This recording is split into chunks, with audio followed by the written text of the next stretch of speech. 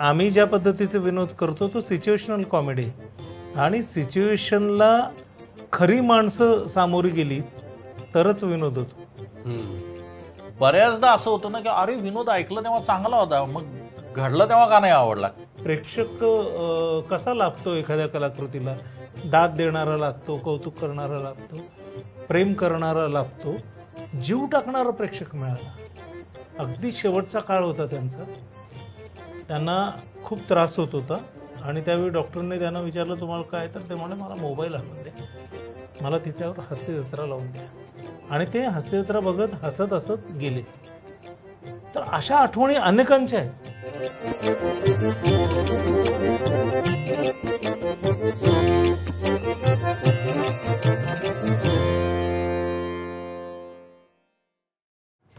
नमस्कार मंडळी. जाई काजळ निर्मित आणि स्मृतिगंध प्रस्तुत आभाळाची माणसं पर्व दुसरं अर्थात ज्योतीने तेजाची आरती या आपल्या विशेष मुलाखत मालिकेमध्ये मी कौस्तुभ दिवाण तुम्हा सगळ्यांचं पुन्हा एकदा खूप खूप मनापासून स्वागत करतो. मंडळी, काही काही नावं अत्यंत खास असतात. जसं की क्रिकेटच्या पिचवरती एक आपल्याकडे जे नाव फेमस आहे तेच नाव विनोदाच्या पिचवरती पण फेमस आहे. क्रिकेटच्या पिचवरती ते नाव तेंडुलकर हे नाव धारण करून येतं, तर विनोदाच्या पिचवरती ते नाव मोटे आणि गोस्वामी ह्या रूपामध्ये आपल्यासमोर येतं. तुम्ही बरोबर ओळखलेत. आज आपल्यासोबत आहेत आपल्या विनोदाचे काय म्हणतात, विनोदाचे विक्रमवीर, विनोदाचे बादशाहच म्हटलं पाहिजे तुम्हाला दोघांनाही. सचिन मोटे सर, सचिन गोस्वामी सर, तुमचं खूप खूप मनापासून स्वागत करतो मी आभाळाची माणसामध्ये. आणि सगळ्यात महत्त्वाची गोष्ट म्हणजे आमच्याशी गप्पा मारण्यासाठी आज तुम्ही वेळात वेळ काढून आवर्जून आलायत. पोटे सर, तुम्ही तर सकाळी साताऱ्यावरून ड्राईव्ह करून आला आहेत, त्याबद्दल तुमचे खूप खूप मनापासून आभार. आणि विनोद करण्यासाठी तुम्ही साताऱ्याहून जर मुंबईपर्यंत येऊ शकता तर विनोदाबद्दल गप्पा मारण्यासाठी नक्की येणार ही आम्हाला खात्री होती. नाही काय, मागे 2 वेळा मी तुला येणार असं म्हणून आपल्या वेळा जुळल्या नव्हत्या. हो, त्यामुळे म्हटलं आज गेलंच पाहिजे. येस, जसं मी म्हटलं तसं सर, आम्ही सगळे तुम्हाला खरोखर विनोदवीर म्हणूनच ओळखतो. पण तुम्ही विनोदाच्या आधीसुद्धा अत्यंत वेगळी अंग, तुम्ही वेगळे वेगळे जॉनर्ससुद्धा हाताळलेले आहेत. आपण सुरुवात त्याच्यापासून करूया. खरं म्हणजे कसं की सचिन साताऱ्यातनं आला आहे आणि मी धुळ्यातनं आलो आणि मुंबई पुणे सोडलंच आमच्या काळात. तर त्यावेळी जी राज्यनाट्य स्पर्धा किंवा एकांकिका स्पर्धा असायची हीच माध्यमं होती रंगभूमीवर येण्यासाठी किंवा अभिनयासाठी किंवा दिग्दर्शनासाठी.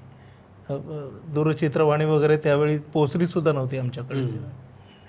तर त्या काळात ज्या एकांकिका व्हायच्या त्या सगळ्या गंभीर एकांकिकाच असायच्या, कारण स्पर्धेला पारितोषिकं विनोदी एकांकिकांना मिळतच नसत. आणि त्यावेळी चॅलेंजेस असायचे ते वेगवेगळ्या गंभीर एकांकिका आणि नाटकांची असायची, कारण त्यांची नावं ऐकलेली असायची की अरे मुंबईत हे गाजलं, इकडं अमुक अमुक गाजलं, किंवा काही लेखक होते की ते करून बघितले पाहिजे असं आमचे जे सिनियर्स आम्हाला सांगायचे आणि आम्ही ते करायचो. त्यामुळे मुंबईत येईपर्यंत विनोदी परिसरात काही फारसं फिरलेलं नव्हतं. त्याच्या आधी सगळी सिरियस नाटकं, काही ॲब्सर्ड नाटकं अशीच मी केली होती. मला वाटतं सचिनने सुद्धा तसंच काही केलेलं असावं, कारण मुंबईत येण्याच्या आधी मी औरंगाबादला नाट्यशास्त्र विभागात होतो. तोही आताचं छत्रपती संभाजी महाराज नगर तिथलं विद्यापीठ आणि त्याचा नाट्यशास्त्र विभाग. तर तिथंही हाच पॉईंट होता की गंभीर नाटकंच आम्ही जास्त करायचो. त्यामुळे विनोदाकडे आलो ते मुंबईत आल्यानंतर. त्याच्या आधी धुळ्यात काही फोक केलं होतं, म्हणजे लोकनाट्य वगैरे किरकोळ गणेशोत्सवाच्या संदर्भात. त्यामुळे वेगवेगळे जॉनर्स त्यावेळी एकांकिकांच्या माध्यमातून करून पाहिली आहेत आणि इथं आल्यावरही प्रयत्न तोच होता. पण आता एक तुमची ओळख एका विशिष्ट प्रकारात एकदा झाली की मग लोकांच्या अपेक्षा त्याच असतात. आणि त्यावेळी कसं व्हायचं रे, थिएटर तू करायला लागला की सचिन म्हटला तर म्हणजे तुझं पहिली एकांकिका नाटक किती साली गेलं असेल तू? मी 85च्या आसपास वगैरे. मी 90ला वगैरे सुरुवात केली. त्यावेळी ना एक ॲब्सर्ड थिएटर किंवा सिम्बॉलिक काहीतरी दाखवणं किंवा, आणि तो काळच तो होता, म्हणजे मॉडर्न आर्ट ज्याला आपण म्हणतो, सगळ्याच दृष्टींनी रिअलिस्टिकच्या पुढे जात होते. कारण महायुद्धानंतर जे काही नैराश्य आलं होतं आणि मग नंतर एका वेगवेगळ्या फॉर्म्समधून व्यक्त व्हावं असं वाटलं होतं. प्रस्थापितांना विरोध म्हणून वेगवेगळ्या पद्धतीच्या कलाकृती येत होत्या आणि मग आपल्या इथे सुद्धा अगदी तेंडुलकरांपासून एलकुंचवारांपासून विविध नाटककारांच्या परंपरा होत्या. विनोद घडत होता. बबन प्रभू होते, आत्माराम देशपांडे होते किंवा अनेक विनोद सुद्धा घडत होता त्या काळामध्ये. पण थिएटर करणाऱ्यांवर पहिला पगडा असायचा ना, तो ह्या सगळ्या गोष्टींचा खूप असायचा की गंभीर आणि काहीतरी वेगळं म्हणूया, काहीतरी सांगूया. नवनाट्य त्यावेळी आणि त्यातही विनोदाचा अंश असायचा, पण तो बऱ्याचदा खूप इंटेलेक्च्युअल लेवलवरचा सगळ्या गोष्टी असायच्या. बरं, त्याच वेळी म्हणजे माझ्या लहानपणी हा पगडा जो आहे थिएटरचा, त्याच्या आधी एकीकडे वराड निघाले लंडनला, रामनगरी असे तुफान व्यावसायिक पातळीवरनं त्यावेळी विनोद भरपूर चाललेला होता. मग शरद तळवलकर असतील, निळूभाऊ असतील, त्यांचे सगळे कथा अकलेच्या कांद्याचे आणि हे सगळं चालू होतं. पण पुलंचेही प्रयोग चालू होते त्यावेळेला, पुलंचे प्रयोग चालू होते, पण पुलंच्या कॅसेट्स घरोघरी ऐकल्या जात होत्या. पण थिएटर करायला लागल्यावर सुरुवात अशी व्हायची की मग आपण काहीतरी एक थॉट मांडला पाहिजे, ही जबाबदारी होती आणि ती करेक्टच होती. आणि त्या वयात त्या पद्धतीचे जे करत होतो, मग मी चंप्र देशपांडेंच्या काही एकांकिका केल्या असतील, सचिनने एलकुंचवारांच्या एकांकिका बसवल्या, आळेकरांच्या, प्रदीप राणेंच्या. त्यावेळी आम्हाला म्हणजे मला पर्सनली प्रदीप राणेंविषयी खूपच काय म्हणता येईल त्यांना आकर्षणच होतं की त्यांच्या एकांकिका करून बघितल्या पाहिजे. आणि खूप कमाल म्हणजे त्यांची चिवताई दार उघड नावाची एकांकिका सचिनने औरंगाबादला केली होती, म्हणजे छत्रपती संभाजीनगरला केली होती. ती त्यांनी इकडे आल्यावर परत विद्यापीठात बसवली, त्यावेळी मी त्यात काम केलं. तर ती बघितली असती तर तुला सचिन विनोदासोबत एक सिम्बॉलिझम किंवा एक प्रतिकात्मक किंवा एक विषय मांडणं, समस्या मांडणारी एकांकिका सुद्धा किती कमाल पद्धतीने हाताळतो ना, ते तुला त्याच्यामध्ये बघायला मिळालं असतं. पण इथे आल्यावर म्हणजे माझं तरी असं झालं ना की इथे आल्यानंतर एक व्यावसायिक पातळीवर काम करायला लागलो किंवा काही आम्ही काही लेखनाची वर्कशॉप्स झाली, त्याच्यामध्ये हे विनोदाचं अंग मला सापडलं की, आणि ते पण बऱ्याचसं सचिनने मला, अरे तू चांगलं करतोयस आणि तुझ्याकडून हे घडतंय. त्यामुळे हे सगळे जरी जॉनर हाताळले असले ना, तरी मुंबईत आल्यावर विनोदाला खास म्हणजे सुरुवात झाली या सगळ्या गोष्टींची. पण सहसा असं म्हणतात की विनोद हा कारुण्यातून उद्भवत असतो, कारुण्यातून उत्पन्न होत असतो. तर काही तशा अर्थी मुंबईत आल्यानंतर एक पहिला विनोद काय घडला? कारुण्य म्हणशील तर स्ट्रगलिंग लाईफ हेच होतं आणि काहीतरी जगण्यासाठी करणं भाग होतं. त्यातून विनोद घडत गेला. म्हणजे मला तर आठवतंय आपण सचिन आधी तुझं इथं नाव आणि याचं सुरुवातीच्या काय ना, मुळात आता हे जे विभाग तू करतोयस ना, म्हणजे मी नाटक म्हणूनच कायम करत गेलो. म्हणजे विद्यापीठात असताना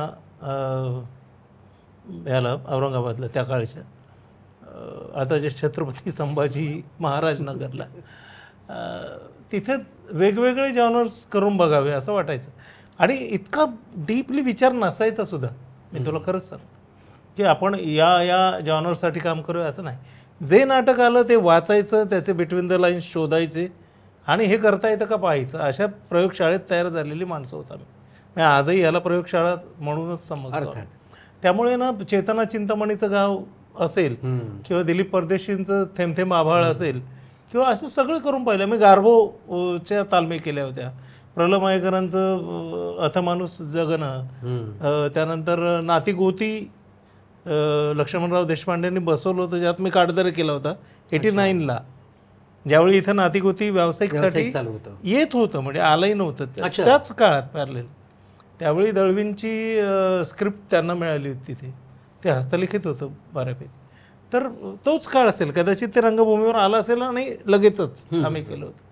म्हणजे त्यानंतर बालनाट्य तिथं काही झाली, त्यातलं अलबत्त्या गलबत्त्याची चिटकीन मी करायचो. तिथं मी ॲक्टर म्हणून जास्त काम करायचो, कारण मी नाट्यशास्त्र विभागात ॲक्टिंगसाठी होतो आणि मला डिरेक्शन आवडतं म्हणून मी सिनियर्सची नाटकं बसवायचो, जो माझ्या अभ्यासक्रमाचा भाग नव्हता. मला त्याचे मार्क्स मिळत नसत, ते सिनियर्सना मिळायचे, नावं त्यांची असायची, पण ती बरीचशी मी बसवायचो.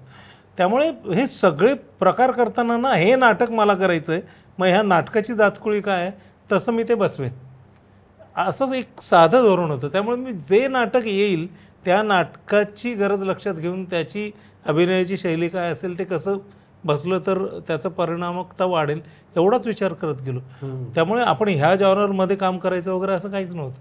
काही लोकनाट्यही आम्ही केली होती गणपतीच्या दरम्यान, आमची एक संस्था होती त्यात आम्ही ऑर्केस्ट्रा, कारण धुळे हे तसं ना नाटकासाठी काही खूप पोषक असं वातावरण नव्हतं. तिथे फार क्वचित नाटकाची चळवळ झालेली आहे. यादव खैरनार आणि ही जी मंडळी आमची सिनियर्स आहेत त्यांनी राज्यनाट्य स्पर्धेत एकदा खजिनाची विहीरला पारितोषिक मिळालं आणि एक वातावरण झालं होतं. आणि त्या नाटकाचं फार मोठं वातावरण नाही धुळ्यात ऑर्केस्ट्रा, लोकनाट्य आणि त्याचा जास्त हे होतं. तर अशा वातावरणामध्ये नाटक असं असतं, नाटक तसं असतं, असे काही कुठलेही संस्कार धुळ्यात झालेले नव्हते. नाटक करायचं, गॅदरिंगला गेल्यावर आपण केल्यावर लोक टाळ्या वाजवतात, मजा येते, आपल्याला एक ग्लॅमर असतं. हा एक साधं आमिष आहे नाटकाकडे वळण्याचं. आणि मग त्याचं एक पॅशन तयार होते. मग वाटायला लागतं की आपण शास्त्रोक्त अभ्यास केला पाहिजे, म्हणून मग विद्यापीठात नाट्यशास्त्र विभागात येतो. तर त्यावेळी ना असं काहीच नव्हतं की मी विनोदी नट आहे किंवा गंभीर भूमिका करणार. त्यामुळे आजसुद्धा आम्ही काम करताना असंच काम करतो की अरे ही गोष्ट आहे का, तर ही अशी केली पाहिजे. त्यामुळे ना इथं आलो आणि विनोद सुरू केला असं काही घडलं नाही. इथं आल्या मी इथं नाव ठेवायला जागाच नाही म्हणून एक एकांकिका केली होती. त्या वर्षी 2 गोष्टी मी केल्या होत्या. एक राज्यनाट्य स्पर्धेत मी कुत्तरडे म्हणून इक्बाल मजिदांचं एक कुत्ते नावाचं हिंदी आहे, जे पॉलिटिकल सटायर होतं आणि गंभीर आहे ते खूप, आणि सिम्बॉलिक सचिन म्हणाल तसं त्याच्यात खूप प्रतीकं आणि प्रतिमा होती. तर त्याचं अनुवाद होता कुत्तरडे, ते मी राज्यनाट्याला केलं होतं आणि ते साहित्य संघातनं पहिलं आलं होतं. आणि त्याचवेळी मी ह्याला नाट्यदर्पणच्या स्पर्धेत, त्यावेळी दामले काका स्वतः होते आणि त्याला एक फार मोठं ग्लॅमर होतं, जिवंत स्पर्धा होती ती खऱ्या अर्थाने. आणि कल्पना एक आविष्काराने तिथं त्यावेळी सबनीसांनी विषय दिला होता, सारं काही नावातच आहे. आणि तिथे एक एकांकिका आम्ही केली होती, मी आणि विलास पडळकर त्याचा लेखक विलास.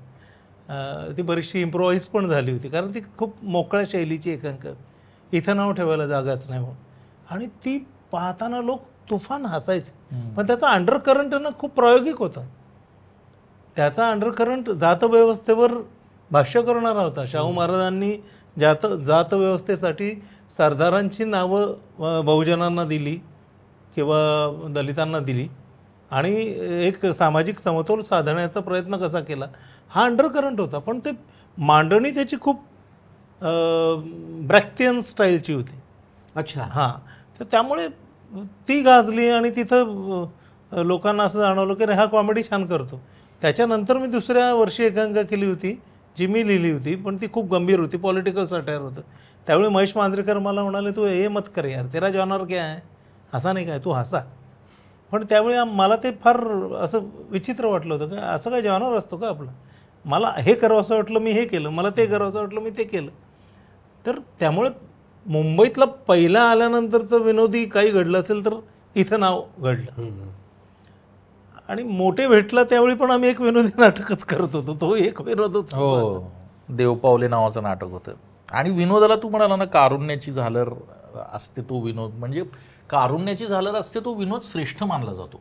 हा, म्हणजे हे एक स्टेटमेंट आहे जनरली म्हणतात आपल्याकडे, तो श्रेष्ठ मानला जातो. पण विनोदाला कधी कारुण्याची झालर असते, कधी त्याच्यामध्ये विरोधाभास दाखवला जातो, कधी कधी केवळ विनोद असतो, तो त्याच्यामध्ये एक विनोदी प्रसंग फक्त सादर केलेला असतो.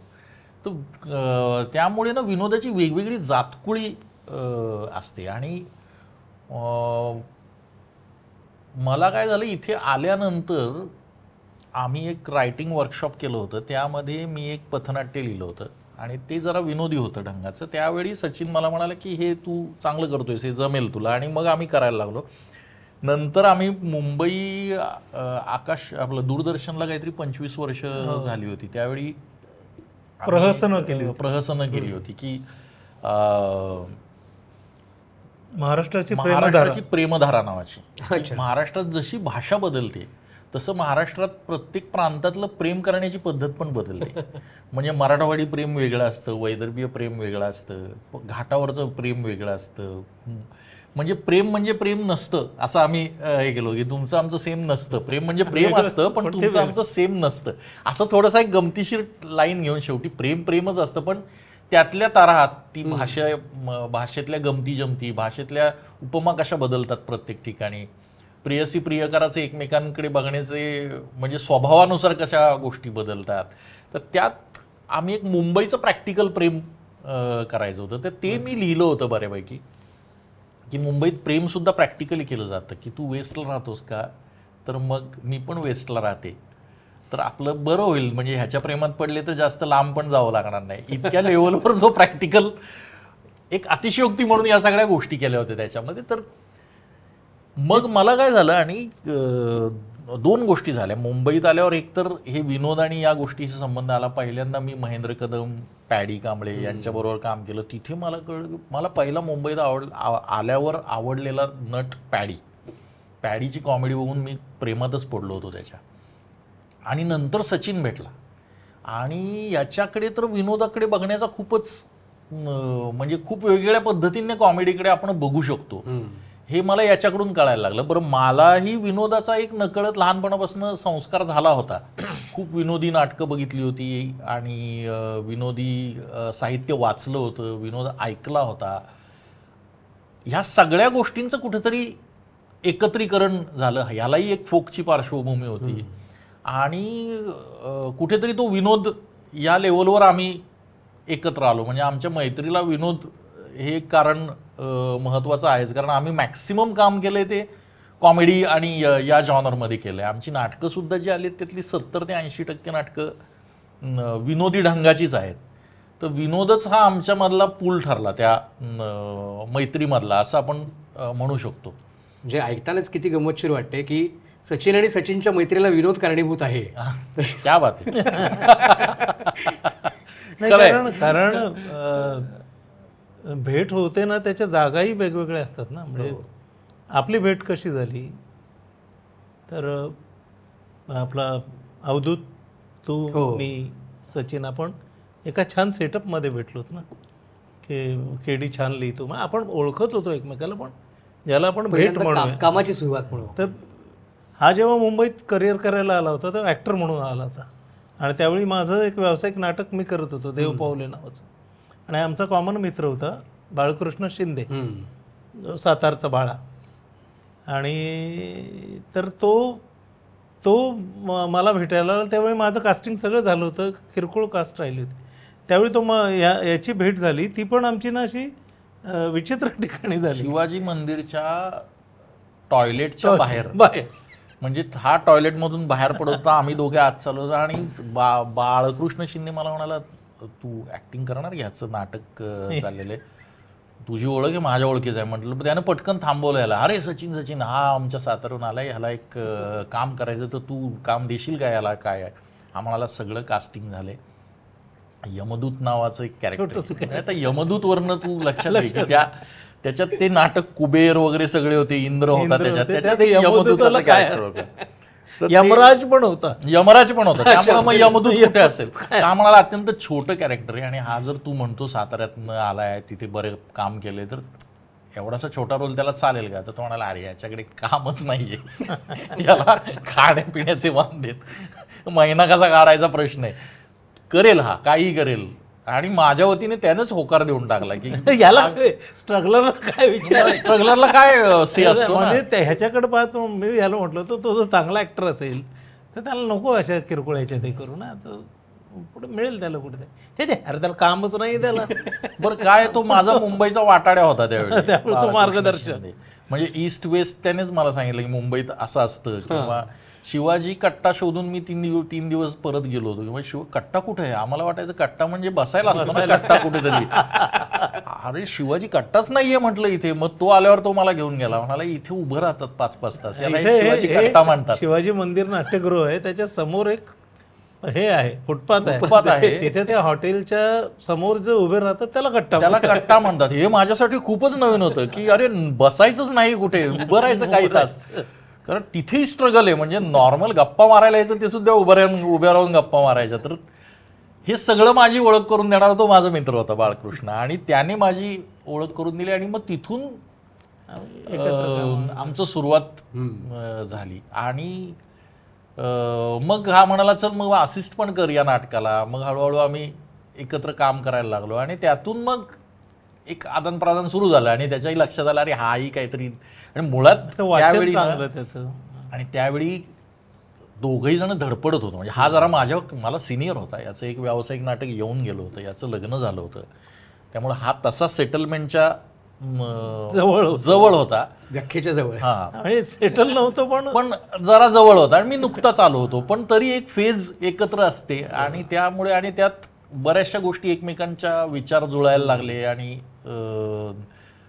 काही गोष्टी मुळात सचिन सोबत कसं होतं, तू राहायला लागलास तर त्याचं एक इम्प्रेशन आहे, त्याचं बोलणं, त्याचे विनोद, आणि ते तुला आवडायला लागतं.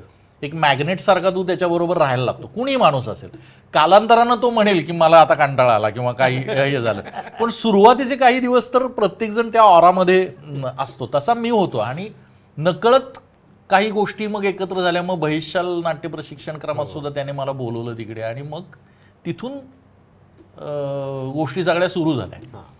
त्यामुळे मूळ मुद्दा हा होता की विनोदाचा संबंध काय, तर ते जिथे भेट झाली ती जागा सुद्धा खूपच विनोदी होती. नॉर्मली काही कोणी करिअरच्या बाबतीत टॉयलेटच्या बाहेर काही कोणी कोणाच्या करिअरला प्लॅन करत नाही. हे जिकडे लोक खरं तर नको त्या गोष्टी सोडून द्यायला येतात. मग मुंबईत येऊन जेव्हा तुमचं एकत्र काम सुरू झालं त्याच्यानंतर पुन्हा एक सर्वमान्य किंवा एक सार्वत्रिक समज गैरसमज आपण काय म्हणू त्याला माहीत नाही, पण असं एक स्टेटमेंट आपल्याकडे केलं जातं की comedy is a very serious business. तर जेव्हा काम सुरू झालं आणि आता आपल्याला हा जॉनरा आवडतोय किंवा या जॉनरामध्ये आपण छान परफॉर्म करू शकतोय, आपल्याला छान गोष्टी सापडत आहेत, हे कळल्यानंतर हे असं काही स्टेटमेंट पहिलं कधी ऐकलं किंवा हे कधी लक्षात आलं अशी गोष्ट? हे कसं आहे ना, दोन गोष्टी असतात. काही लोक ना स्टेटमेंट तयार करतात, काही लोक कॉमेडी करतात आणि लोक ते बघून म्हणतात की हे सिरियस बिझनेस आहे. आम्ही ना कॉमेडी करणारी माणसं, आम्ही अशा स्टेटमेंट्सना घेऊन स्वतःचं करिअर कधीच डिझाईन नाही केलं. आम्ही कॉमेडी सिरियसली करत गेलो. आम्ही जे काही नाटक किंवा पथनाट्य जे काही समोर येईल ते अत्यंत जेन्युइनली आणि गंभीरपणे करायचं, तळमळीनं करायचं. असं अशा मुशीतनं आलेली माणसं होती थिएटरची. त्यामुळे ना असं काही ठरवून आखून आयुष्यात काहीच नाही केलं. पण खूप गोष्टी घडल्यात पण त्या तितक्या सिरियसली होत होत्या. म्हणजे हे स्टेटमेंट खरं आहे हे जाणवतं. नाही खरं आहे. कारण विनोद म्हणजे आम्ही बऱ्याचदा आता हास्य जत्रेलाही बऱ्याचदा म्हणतो हट्टी आहे विनोद हा हट्टी असतो. विनोद एवढा हट्टी कोणी नाही. आणि तो ते घरातल्या लहान मुलासारखा असतो. तो म्हणजे पाहुण्यांसमोर करायला सांगितलं ना की तो कधीच करत नाही. तो तोंडावर पाडतो. एरवी मात्र तो भरपूर उच्छाद मांडत असतो, सगळं करून दाखवत असतो. तर विनोद घडवणं ही तशी खरंच कठीण प्रोसेस असते. आता आम्ही खूप वर्ष करतोय आणि एकत्र काम करतोय, पण एक वेळ तुला सांगतो ना की एक माणूस लिहितो विनोद, लेखन करणं, एक ललित लेखन म्हणून विनोद करणं ना, तर माझ्यावर जबाबदारी असते विनोद निर्मितीची. हे एक वेळ सगळा लढा माझाच आहे, मलाच ते प्रूव्ह करायचं. वाचक वाचेल आणि म्हणेल विनोद झाला की नाही. इथे काय होतं, इथे तो आधी कागदावर निर्माण व्हावा लागतो, त्याच्यानंतर तो कलाकारांच्या वाचनात यावा लागतो, त्याच्यानंतर तो उभा राहावा लागतो आणि मग तो घडावा लागतो. आणि हे एवढं कठीण असतं ना, ह्या प्रोसेसमध्ये इतक्या ठिकाणी विनोद हरवण्याची भीती असते ना की कागदावर येणं हा पहिली गोष्ट, त्याच्यानंतर त्याचं अचूक कास्टिंग होणं, तो अचूक माणसांच्या हातात जाणं, त्याच्यानंतर त्यांच्याकडून तो अचूक पद्धतीने करून घेणं. म्हणजे आपण म्हणतो की so many cook spoil the dish असं म्हणतात ना, की अनेक स्वयंपाकी एकत्र आले आणि ती शक्यता इथे प्रचंड असते. बऱ्याचदा असं होतं ना की अरे विनोद ऐकलं तेव्हा चांगला होता, मग घडलं तेव्हा का नाही आवडला. कारण प्रत्येक पातळीवर विनोदाची अक्षरशः काळजी घ्यावी लागते तुला. आणि ती करताना ना ते कदाचित आम्ही अनेक वर्ष करतोय ना, त्यातनं त्या गोष्टी जरा बऱ्या होत असाव्यात. कारण कागदावर निर्माण करणं विनोद याच्याकडे मी थोडंफार लक्ष देत असतो आणि त्या गोष्टी घडत असतात. आमची एक टीम असते किंवा नाटक लिहिताना मी एकटा असतो. पण कागदावरचा विनोद अमुक कलाकारांकडून करून घ्यायचा तर त्या कलाकारांना हा विनोद झेपेल का, त्यांच्या शारीर बोलीनुसार, त्यांच्या भाषेनुसार, त्यांच्या समजेनुसार तो विनोद बदलण्याचं काम सचिन चांगल्या पद्धतीनं करतो. की एखादी कोटी मी ज्या पद्धतीने ज्या टायमिंगने लिहिली आहे ती वाचताना छान वाटत असते, पण ते 2 जण जे परफॉर्म करत असताना त्यांना ती करता येत नसते.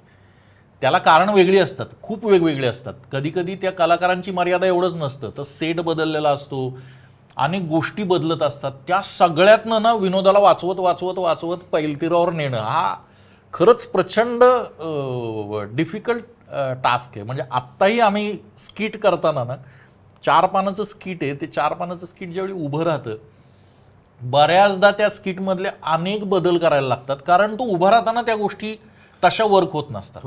बरं, पुन्हा वेळेची मर्यादा असते आपली. आम्ही व्यावसायिक पातळीवरच काम करत असल्यामुळं तुला दुसऱ्या दिवशी हे करायचंच असतं. तर त्या अर्थाने म्हणशील ना कॉमेडी सिरियस बिझनेस, तर खूप सिरियसली त्याला बघावं लागतं, नाही तर तो सिरियस होतो. म्हणजे तो व्हेंटिलेटरवर कधी जाईल ना सांगता येत नाही. कारण एक दिग्दर्शक असणं गरजेचं असतं कुठल्याही गोष्टीला. लेखक, दिग्दर्शक, परफॉर्मर्स, टेक्निशियन्स सगळ्यांनी मिळून जोर एकजीव होत नाही. जे गंभीरचं असतं तसंच विनोदाचंही असतं. सगळ्यांनी मिळून त्याच्याकडे लक्ष दिल्याशिवाय ना तो तयार होत नाही आणि तो पोहोचत नाही. आणि सगळ्यात शेवटी प्रेक्षकांची तेवढीच जबाबदारी असते, त्यालाही तेवढंच त्याच्याकडे लक्ष द्यावं लागतं. तर ह्या सगळ्यातनं तयार झाल्यावरच विनोद घडतो. त्यामुळे कॉमेडी सिरियस बिझनेस हे त्या अर्थाने खरीच गोष्ट आहे. जसं आता तुम्ही सांगितलं. आणि विनोदाचं काय ना, विनोद जसं म्हणाल लहान मुलासारखा आहे, तर तो जर आटापिटा करून केला ना तर तो हमखास फसतोच तो. म्हणजे आम्ही ज्या पद्धतीचे विनोद करतो तो सिच्युएशनल कॉमेडी आहे. आणि सिच्युएशनला खरी माणसं सामोरी गेली तरच विनोद होतो. सिच्युएशनला आम्ही विनोदी पद्धतीने सादर करतो असं जर नटांना वाटलं तर तो फसतो. म्हणजे आमच्याकडचे शोकसभेची स्किट्स आहेत, त्याच्यात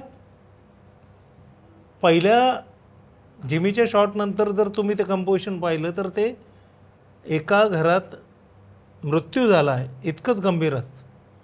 प्रत्येकजण त्या सिच्युएशनकडे तितक्या गांभीर्यानेच बघत असतो, पण त्यात काहीतरी विसंगत घडतं, काहीतरी अतिशयोक्त घडतं आणि आपल्याला हसू येतं. त्यामुळे त्यातलं कोणी अंगविक्षेप करून विनाकारण त्याला विनोदाची फोडणी द्यायचा प्रयत्न केला की फसतं. त्यामुळे आम्ही सतत जे आमच्या टीमशी बोलत असतो की तुम्ही जेन्युइनली सिच्युएशन फॉलो करा.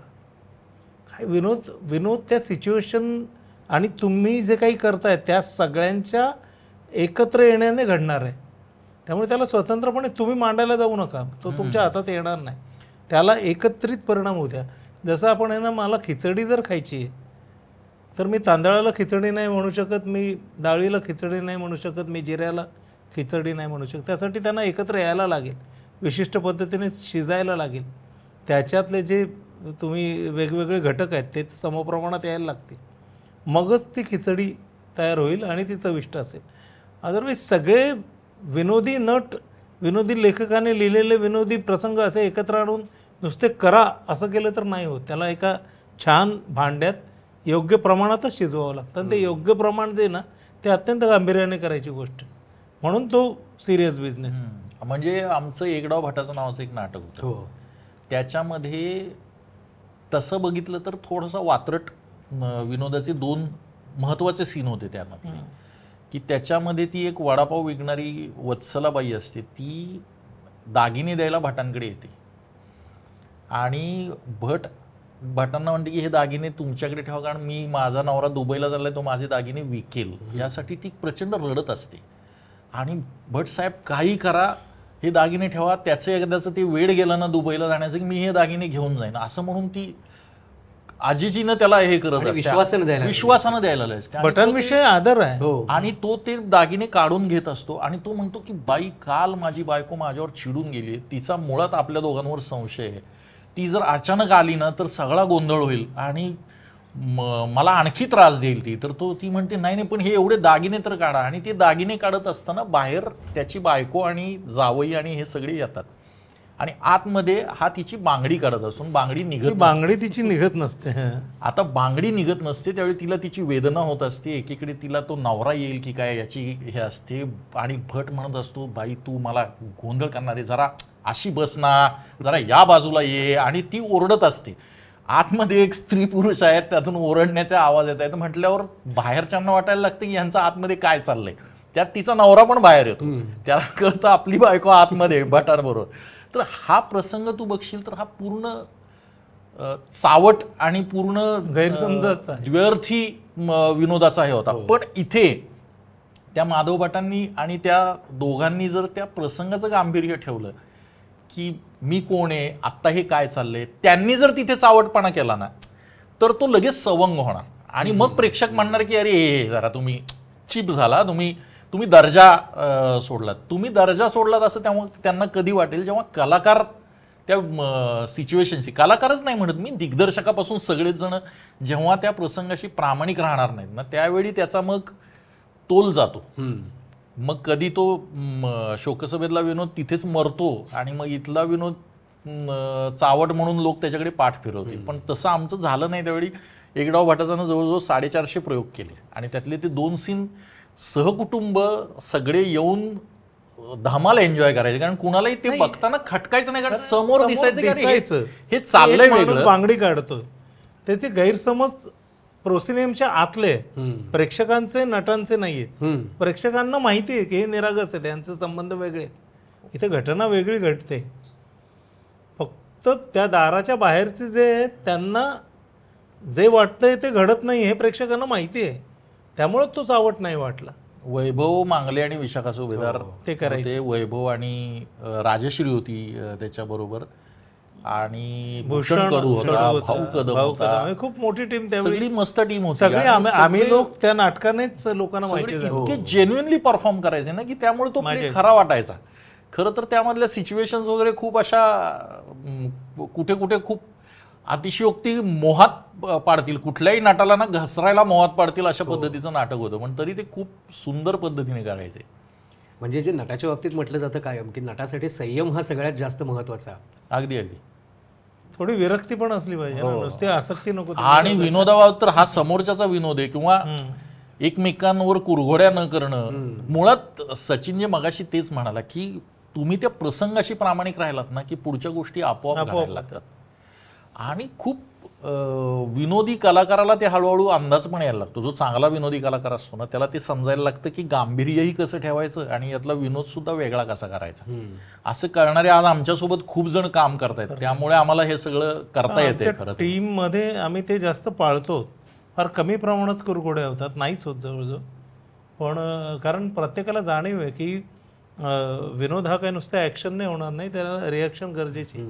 त्यामुळे बरोबरीचा नट जर त्याच्या जागा व्यवस्थित घेत असेल तरच मी केलेला विनोद फुलणार आहे. त्यामुळे सहकार्याने विनोद फुलतो याच्यावर पूर्ण विश्वास आहे टीमचा. त्यामुळे आमच्याकडे अशा कुरघोड्या तुम्हाला स्क्रीनवर पण दिसणार नाहीत, मागेही नाही. त्यांना माहिती आहे की मी एकटा विनोद नाही करू शकत. हे जसं तुम्ही आता एक उदाहरण सांगितलं की परस्परांवरती विश्वास असणं आणि ह्याच्यातूनच ते टीमवर्कमधूनच तो विनोद निर्माण होतो. आता अर्थात विनोद ही इतकी खरंच म्हणायचं तर कला क्षेत्रात प्रत्येक पैलू आपला हा व्यक्तिसापेक्षच असतो. बरोबर. एखाद्याला एखाद्या कलाकृतीमध्ये काय आवडेल, काय आवडणार नाही, कुठल्या प्रमाणात आवडेल, कुठल्या प्रमाणात खटकेल, ह्याची आपण काहीच ठोकताळे नाही बांधू शकत. ते प्रत्येक व्यक्तीच्या बाबतीत वेगळं असतं. विनोदाचंही तसंच आहे, अत्यंत व्यक्तिसापेक्ष असतो. मग अशा व्यक्तिसापेक्ष विनोदाला हाताळताना एक टीम सोबत घेऊन चालत असताना परत त्याच्यात सुद्धा असंख्य व्यक्तीच एकत्र येऊन काम करणार आहेत. तुम्ही म्हणता तसं प्रत्येकाला प्रलोभन होऊ शकतं की एक ते मर्यादा क्रॉस करून प्रयत्न तरी करून बघूया काय होतंय ते. मग अशा वेळेला दिग्दर्शक म्हणून त्या मर्यादेत ठेवत असताना आव्हानं कोणती कोणती येतात आणि त्याच्यावर कशा कशा प्रकारे ती मर्यादा पाळली जाऊ शकते. नाही आव्हान म्हणजे ना नटांना नेहमीच असं वाटतं का, एकतर कसं आहे की दिग्दर्शक हा सर्व तांत्रिक बाजूंसह लेखन सादरीकरण त्याचे नंतरचे जे सोपस्कार आहेत पोस्ट प्रोडक्शनचे तिथपर्यंत त्या सगळ्या प्रोसेसमध्ये असतो. त्यामुळे त्याला नेहमी पालकाच्या भूमिकेतनं पाहायची सवय असते, कारण त्याला स्वतंत्रपणे काही प्रत्येक एलिमेंटचं क्रेडिट मिळत नाही हो. किंवा त्याला ह्या सगळ्यांच्या एकत्रित येण्यानेच माझं प्रोडक्ट चांगलं होणार हे माहिती आहे. तसं लेखक आहे ना त्याच्या लिखाणाच्या बाबतीत पजेसिव्ह असतो, नट त्याच्या जागा मला मिळणारी रिॲक्शन या बाबतीत पजेसिव्ह असतो. तंत्रज्ञसुद्धा माझा सॉफ्ट फोकसला थांबा म्हणतो, तो या मेरा नाम आहे यार. तर थोडं मला प्रत्येकजण आपापल्या कार्यक्षेत्रासाठी पजेसिव्ह असतो. दिग्दर्शक हा ह्या सगळ्या सेटअपमधला एकमेव की ज्याला सगळ्या कार्यक्षेत्रांना घेऊन काम करायचं. त्यामुळे तो प्रत्येक एलिमेंटला त्याने ममतेनेच पाहिलं पाहिजे, त्याने पजेसिव्ह असून चालत नाही. तर अशा पद्धतीने जेव्हा तो काम करतो ना तर त्याला त्याचं विजन एक असतं की हे असं असेल तर असं असेल तर असं असेल, मग माझं स्क्रीनवर ते असं दिसेल. नटांना ते कळत नाही बऱ्याचदा. नटांना ना त्यांना मिळणारा रिस्पॉन्स एवढंच ते नाटक स्किट किंवा सिनेमा वाटतं. त्यामुळे ते स्वतःच्या बाबतीत जास्त आणि ते आत्मचिंतन जास्त करतात, स्वतःवर प्रेम जास्त करतात, म्हणूनच ते नट आहेत अर्थात. बरोबर. आणि ते तो त्यांचा दुर्गुण असला तरी त्या गुणामुळेच ते नट झाले. हो. खरं आहे. नाहीतर मग ते तांत्रिक भागात आले असते. त्यांना माझा ड्रेस, माझा मेकअप, मी कसं दिसतोय, मी केलेलं आवडतंय का, त्या मीच्या बरोबर आम्ही गरजेचे आहेत याची जाणीव काही नटांना असते ना. पण त्यातसुद्धा त्याला असं वाटत असतं की ह्या आम्हीमध्ये सुद्धा जर मी थोडं जरा उजळ दिसलो तर मजाच आहे बुवा. तर ते प्रयत्न आमच्याकडे पण किंचित होत असतात. मग त्याला प्रत्येक वेळी सांगायला लागतं की हे नाही चालणार, हा आम्हीचा प्रयोग आहे, मीचा प्रयोग नाही. आणि इथे मग दिग्दर्शकाला स्ट्रिक्ट राहायला लागतं की हे नाही करायचं. आणि सुदैवानं आमच्याकडं ते होतं. आणि ह्या पद्धतीच्या सेटअपमध्ये तुमच्याकडे एडिट पण असतं, त्यामुळे तुमचा हट्ट चालणारच नाही याची जाणीव नटांनाही असते किंवा त्या सगळ्या एलिमेंट्सना असते. आणि त्यानंतर प्रोसेसमध्ये आपण काही आगाऊपणा जर झाला असेल, पुनरुक्तीचा मोह खूप असतो नटांना विनोदी सहभाग देत असताना. म्हणजे जर समजा त्याच्यात एक विनोद असेल की जो एका 4 वाक्यानंतर एक पालुपद तो नट म्हणतोय की ज्याच्याने रिस्पॉन्स येतो जोरात, टाळ्या येतात. आमच्याकडे तर वन्स मोर वगैरे पण होतो आणि ते करतात पण वन्स मोर. पण त्या पालुपदाला नियमित टप्प्यानंतर, एका विशिष्ट टप्प्यानंतर येण्याने विनोद होणार आहे याची जाणीव दिग्दर्शक आणि लेखक या टीमला असते. नटांना ती नसते. नटांना बऱ्याचदा काय वाटतं, मला 3ऱ्या वाक्याला मिळालं ना, तो 5व्यामध्ये परत तो घालतो, मग तो 7व्या वाक्यानंतर परत तो घालतो आणि मग ती पुनरुक्तीची आहे ना ती कंटाळवाणी व्हायला लागते. आणि मग 5व्यांदा जर ते नाही वाजलं तर तो त्याच्यात अंगविक्षेप ॲड करतो. कारण त्याला वाटतं का नाही, अस्वस्थ होतो, हे तो कॉमेडीत, हे क्यों नाही हो रहा है, हा विनोद होता, हा का नाही होत आहे. आणि मग तो अस्वस्थ होतो आणि त्यातनं सगळं ते पत्त्यांचं जे तुम्ही केलेलं पिरॅमिड आहे किंवा बंगला आहे तो सगळा कोसळायला लागतो. तर याचं भान ज्या नटाला आहे ना, तो नट तो विनोद खूप लहान मुलासारखा सांभाळतो. पण बऱ्याचदा होतं असं की एक मोह होतो, शेवटी त्यांनाही आत्म करत असतात ना, ते उत्साह इतका असतो स्टेजवर, ते होतं. मग ते करायचं नाही हे सांगणारा एक दिग्दर्शक तिथे लागतो आणि त्याचा ऐकणारा नटसंच लागतो किंवा त्याची तेवढी क्षमता पाहिजे की नाही म्हटल्यावर ते नाही करणार. आमच्याकडे आम्ही ना बऱ्याचदा स्किट झाल्यावर ना आम्ही सगळे एकत्र बसत असतो आणि प्रत्येक वेळी ह्या गोष्टी का फसल्या असाव्यात याचा ना विचार करत असतो. मग याला काय वाटलेल्या गोष्टी सांगतो, मला काय वाटलेलं, नटांमध्ये एकमेकांना काय वाटलं, आणि ह्या गोष्टी किमान टाळल्या तर आज आपण जे केलं ते अजून चांगलं झालं असतं याची जाणीव सतत आमच्या संचात होत असते. त्यामुळे अशा प्रकारच्या कुरघोड्या फार कमी वेळा होतात, क्वचित होतात. आणि दुसरं थोडंसं मी सांगतो ना तुला की तू जे विनोद व्यक्तिसापेक्ष असतो म्हणालीस ना, तर ते थोडंसं मी जसे कलाकार म्हणजे दिग्दर्शकाचा एक जॉनर असतो ना, कलाकार सुद्धा वेगवेगळे जॉनरचं काम करून आलेला असतो. म्हणजे आता समज एकडाव भाटाचं नाटक आम्ही करतोय किंवा आमच्या हिचं प्रकरण नाटक करतोय, तर सचिन समोर भाऊ कदम आलेला असतो. भाऊ हा ना विजय निकमान बरोबर काम केलेलं असतं. आता भाऊनं 3 नाटकं विजय निकमान बरोबर करून किंवा 6 नाटकं विजय निकमान करून आता गोस्वामींसोबत नाटक करत असतो. त्याच्या डोक्यात दिग्दर्शक कसा बसवतो याच्यात काही संकल्पना असतात. ह्याच्या समोर सुद्धा असा नट आलेला असतो ज्यानं वेगवेगळ्या दिग्दर्शकांकडे काम केलेलं आहे. तेच निखिल रत्नबारकी सारखा नट समोर येऊ शकतो. मकरंद अनासपुरे सारखा नट येतो. मकरंदनं एक वेगळंच नाटक केलेलं असतं. म्हणजे विनोद घडवताना ना अशी वेगवेगळ्या स्कूलची माणसं एकत्र आलेली असतात, ज्यांचा ना प्रत्येकाकडे विनोद बघण्याचा दृष्टिकोन ना कुणाकुणातरी सोबत एक तयार झालेला असतो. म्हणजे आज समीर चौगुले बघशील तर तो विश्वास सोनींबरोबर, देवेन पेम बरोबर, राजेश देशपांडे बरोबर. कारण विनोदाचं तू म्हणशील ना तर सचिन किंवा आम्ही काहीतरी एक विनोद करतोय, राजेश देशपांडे एक नाटक बसवतोय, देवेंद्र पेम एक नाटक बसवतोय, संतोष पवार एक नाटक बसवतोय, तर तुला ते प्रत्येक नाटक ना प्रत्येक जण काहीतरी वेगळ्या पद्धतीनं बसवताना दिसेल. आणि बऱ्याचदा ना आमचे काही विनोद संतोष पवार म्हणेल ह्यात काहीच दम नाही, हे वाईट विनोद आहेत आणि किंवा ह्याच्यात विनोदच नाही असं तो म्हणू शकेल, किंवा राजेश म्हणू शकेल, किंवा आम्ही दुसऱ्या कुठल्या विनोदाला असं म्हणू शकतो की अरे नाही रे ह्याच्यात मजा नाहीये. तर प्रत्येकाचा ना विनोदाकडे बघण्याचा एक दृष्टिकोन तयार झालाय. तो आंधळ्यांच्या हत्तीसारखाच आहे.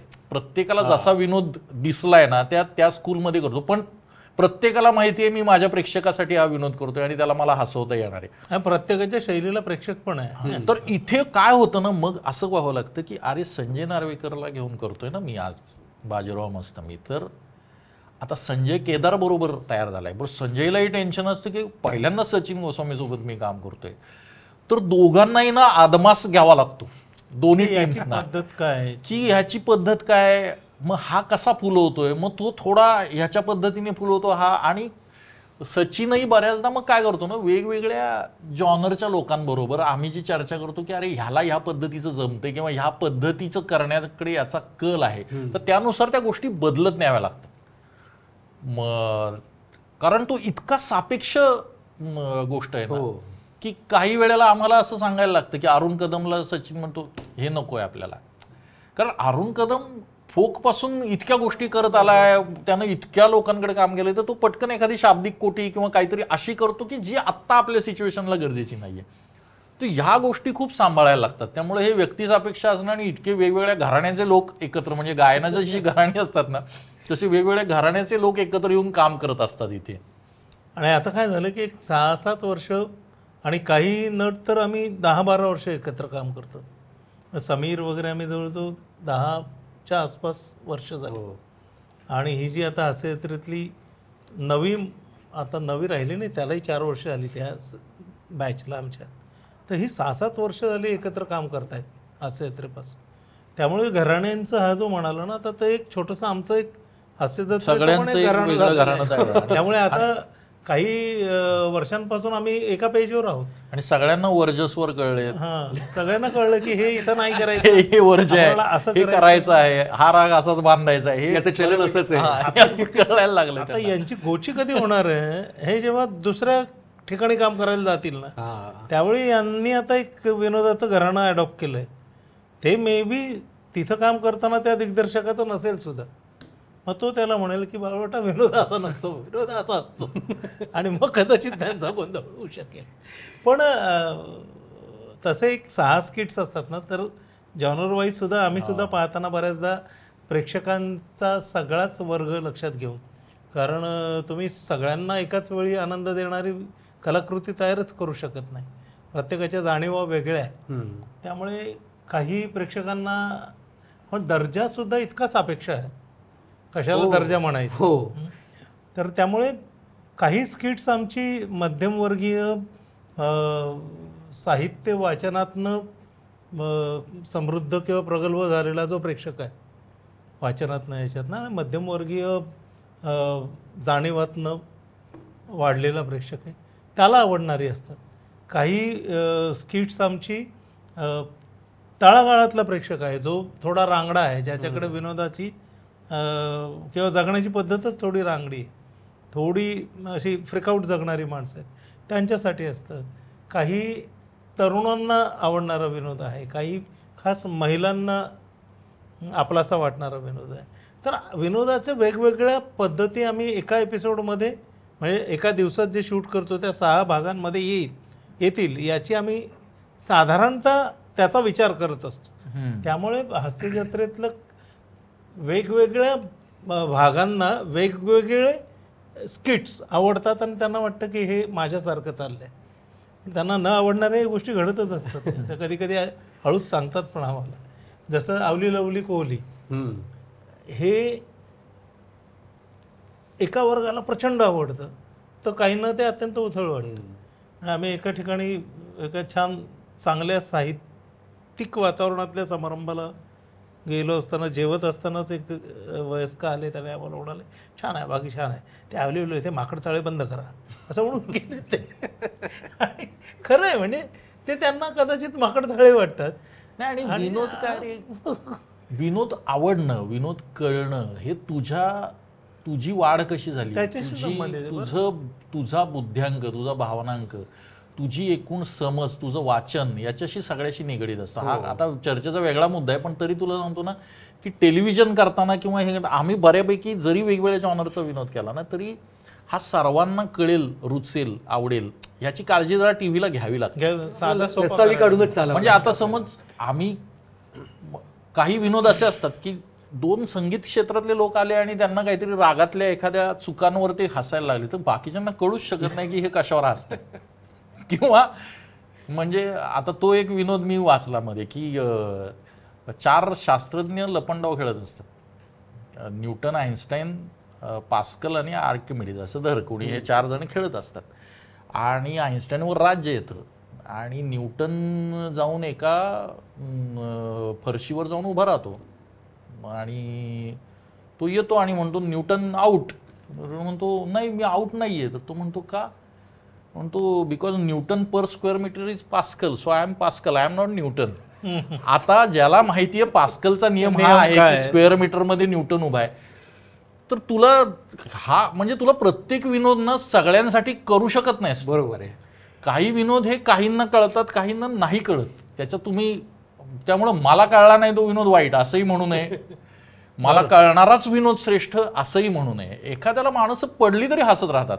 एक माणूस घसरून पडला तरी टाळ्या वाजवणारे असतात. आपण लहानपणी सर्कस बघताना काय हसायचो, तर दुसरा बघू शकतो याच्यात काय विनोद आहे, तो पडल्याने तुला याच्यात काय हसायला, त्याला हसायला आलं त्याचं, तुला कदाचित त्याच्या पुढच्या गोष्टींनी येईल, तिसऱ्याला त्याच्यापेक्षा जास्त गोष्टींनी हसायला येईल. तर प्रत्येकाची आवड निवड वेगळी असते आणि त्याचा आम्हाला एक अंदाज घेऊन सगळ्यांचा एक काप तयार करावा लागतो. तुम्ही आता घसरून पडण्याचं जे उदाहरण सांगितलं त्याच्यावरून अचानक मला असं हे सुचलं बघा आता की विनोदाला सुद्धा रेफरन्स मेमरीचं केवढं महत्व असतं. हो, आता एखादी व्यक्ती घसरून पडली आहे, खरं तर त्या व्यक्तीची काळजी केली पाहिजे, लागलाय का वगैरे, पण ते बघितल्यानंतर मला भलतंच काहीतरी आठवतं आणि हसू येतं. हो, त्यामुळे ह्या सगळ्यात साक्षेपी गोष्टी आहेत. अगदी अगदी. आपण ना थोडेसे आत्म विकृत असतोच. आपल्याला ती संधी मिळाली की आपण व्यक्त होतो.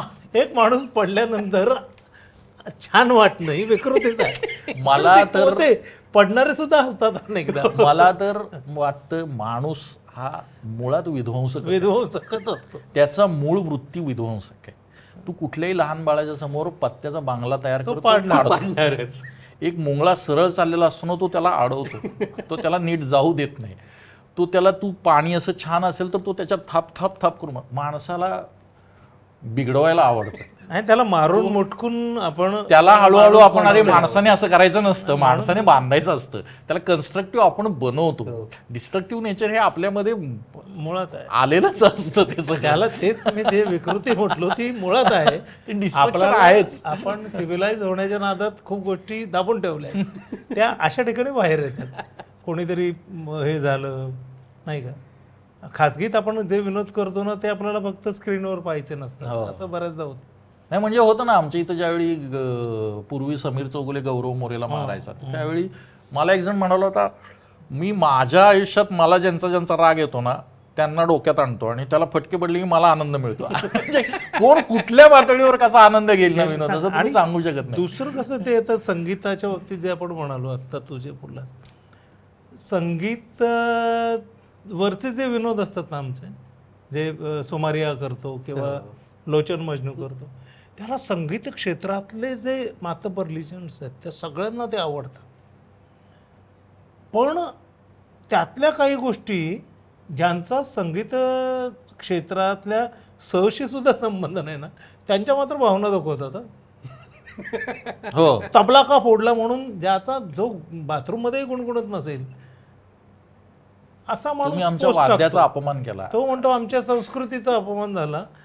अरे पण ते जे पंडित आहेत, चांगले मोठे मोठे पंडित आहेत, छान गाणारी मोठी मंडळी आहे, ती अत्यंत आत्मीयतेनं कळवतात की अरे मजा आली त्यात. कारण त्यांना माहिती आहे तो विनोद आहे आणि त्याच्यात तो विनोद करणारा जो आहे तो संगीत क्षेत्राशी संबंधित नाही, त्याच्याकडे चुकून घडलं. पण हा भाग खूप आहे आपल्याकडे की त्या क्षेत्रातल्या उणीवा, त्रुटी किंवा त्यातली विसंगती दाखवली की त्या क्षेत्रातल्या लोकांना काही त्रास नाही. एक वेगळाच वर्ग असतो की जो त्या क्षेत्राचं पावित्र्य त्याने मनात तयार केलेलं असतं. स्वतःच जबाबदारी घेतली असते. आणि ते आत्र्यांचा लेख आहे ना, विनोदाचे शत्रू नावाचा. तो विनोदाचे शत्रू जगात खूप आहे. खूप आहे. म्हणजे तो माणसाला सिंह भेटला तर सिंह त्याला बोलला, सिंह कधी बोलतो का असं असं तिथूनच त्यांची सुरुवात असते. अरे आई तुम्ही विनोद ऐक, तो स्वीकारायचाच विनोद नाही. आहे, त्याच्यात बोलतो सिंह. पु ल देशपांडेंनी त्यांचा हसवणूक नावाच्या पुस्तकामध्ये पहिलाच लेख आहे, आमचा धंदा एक विलापिका. हे विनोदी लेखकांची जी व्यथा त्यांनी मांडली आहे, त्याच्यात त्यांनी गणित मांडलंय की तुम्ही शेकडा काढून बघा, शेकडा साहित्य काढून बघा, 100 साहित्यिक, त्याच्यामध्ये त्यांनी अत्यंत विनोदी पद्धतीने मांडलेलं आहे.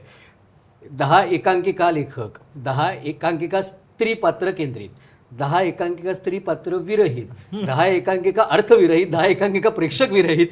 आणि ह्या 99 लोकांच्या मागे एक कुठंतरी अर्धा पावशेर विनोदी लेखक कसा बसा आपला प्रयत्न करत असतो साहित्याच्या क्षेत्रात आपलं एक स्थान मिळवण्याचा. केवढा मोठा स्ट्रगल आहे हा. नाही पण पूर्वी तर फारच होतं. आता म्हणजे कोविड पूर्व आणि कोविड नंतरचा काळ असे दोन काळ विनोदाचं ना एक वेगळंच विश्लेषण करायची गरज आहे.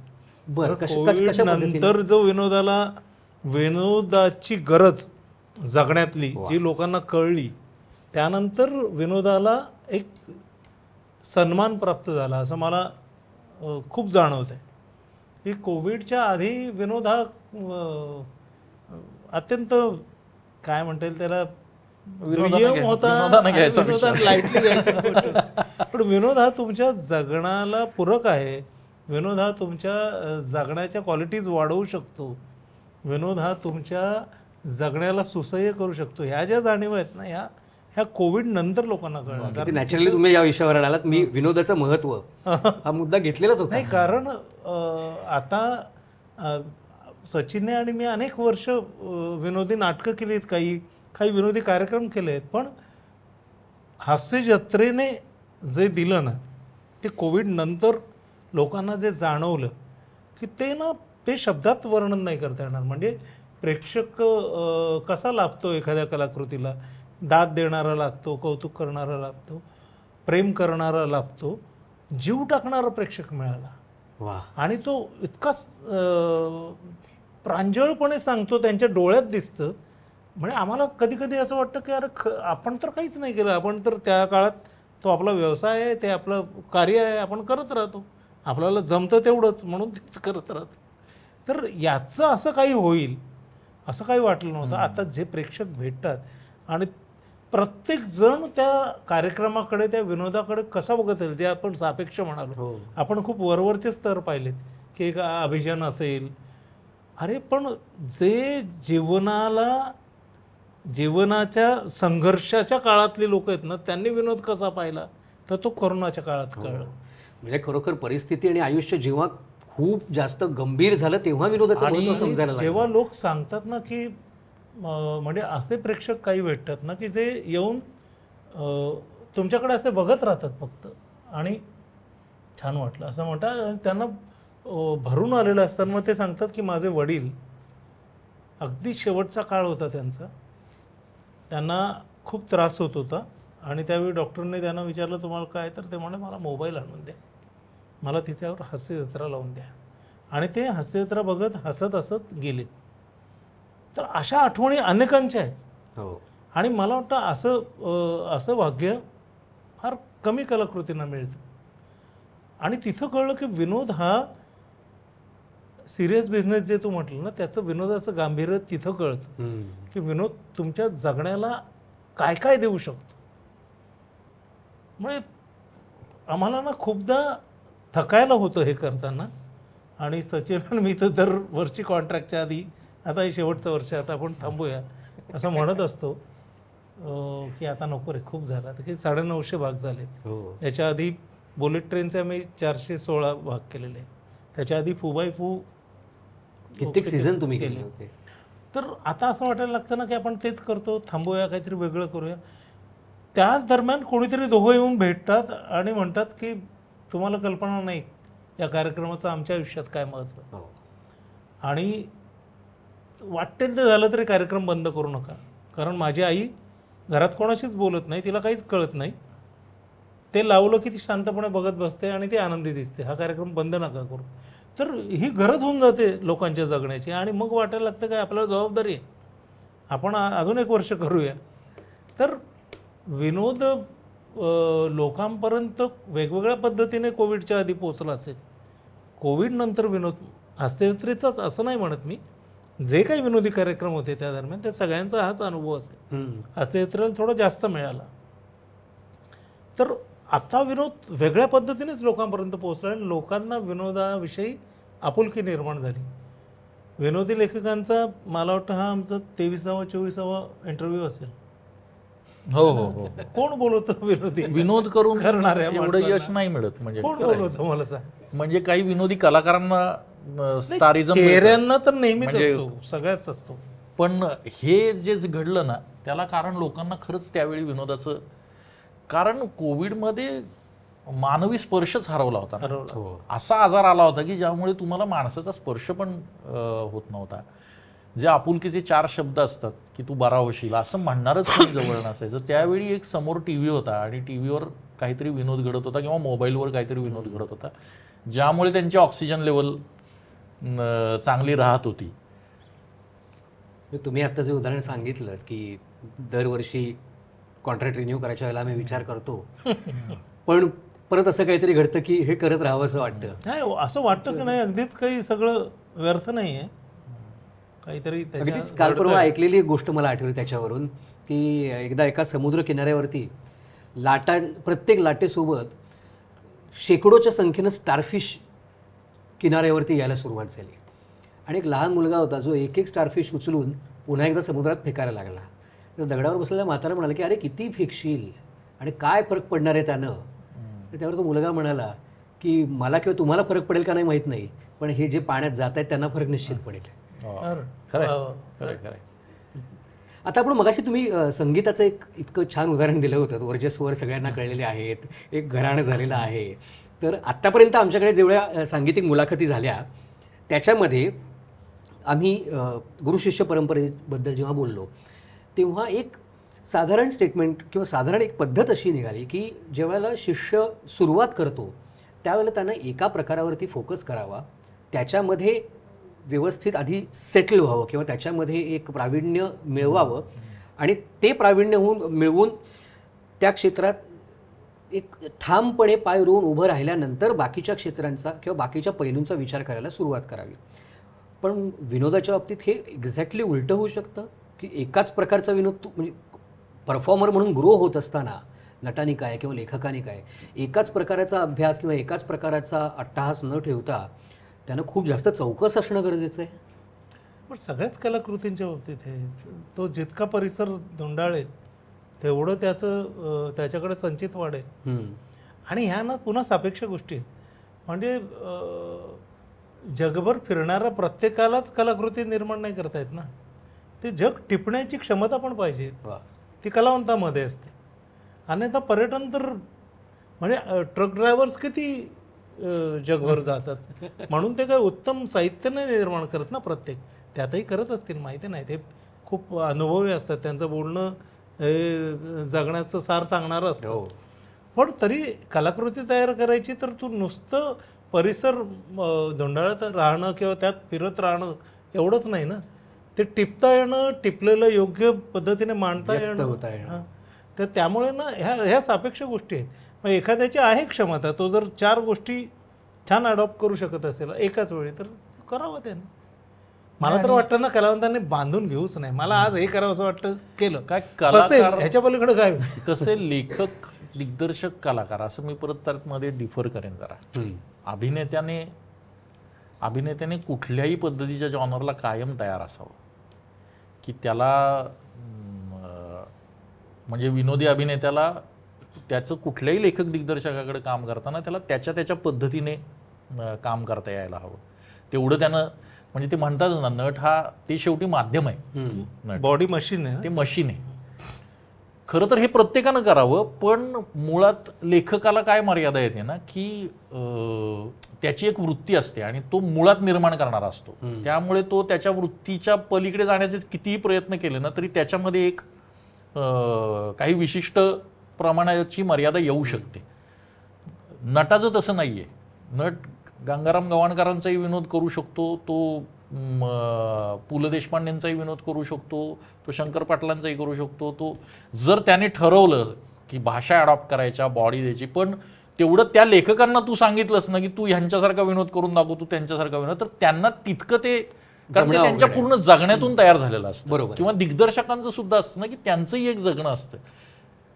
काही माईम बसवण्यातले तरबेज असतील, काही असतील, तर पण हे अभिनेत्यांबाबत तू म्हणतोयस ते करेक्ट आहे की अभिनेत्याला वेगवेगळ्या पद्धतीचं सगळं त्याला करता यावं, की मला हेही जमलं पाहिजे, मला तेही जमलं पाहिजे, मी सगळ्या पद्धतीचा अभिनय किंवा सगळ्या पद्धतीचा विनोद, सगळ्या पद्धतीच्या गोष्टी त्याला करता आल्या पाहिजे. नाही, आणि करता आल्या पाहिजेपेक्षा पण ना त्याला करावंसं वाटलं तर पाहिजे. ज्या गोष्टी नाही आहेत त्या फसतील, करावंसं तर वाटलं प्रयोग मी तरी आता- केले पाहिजे, हां. प्रयोग तर केले पाहिजे. म्हणजे आता दिग्दर्शकांनी सुद्धा मला वाटतं मला विनोद जमतो म्हणून मी फक्त विनोदी करत राहीन, काही गरजेचं नाही. मी 2 गंभीर नाटकं करून पाहिली पाहिजे, ती मला नाही तेवढी जमणार.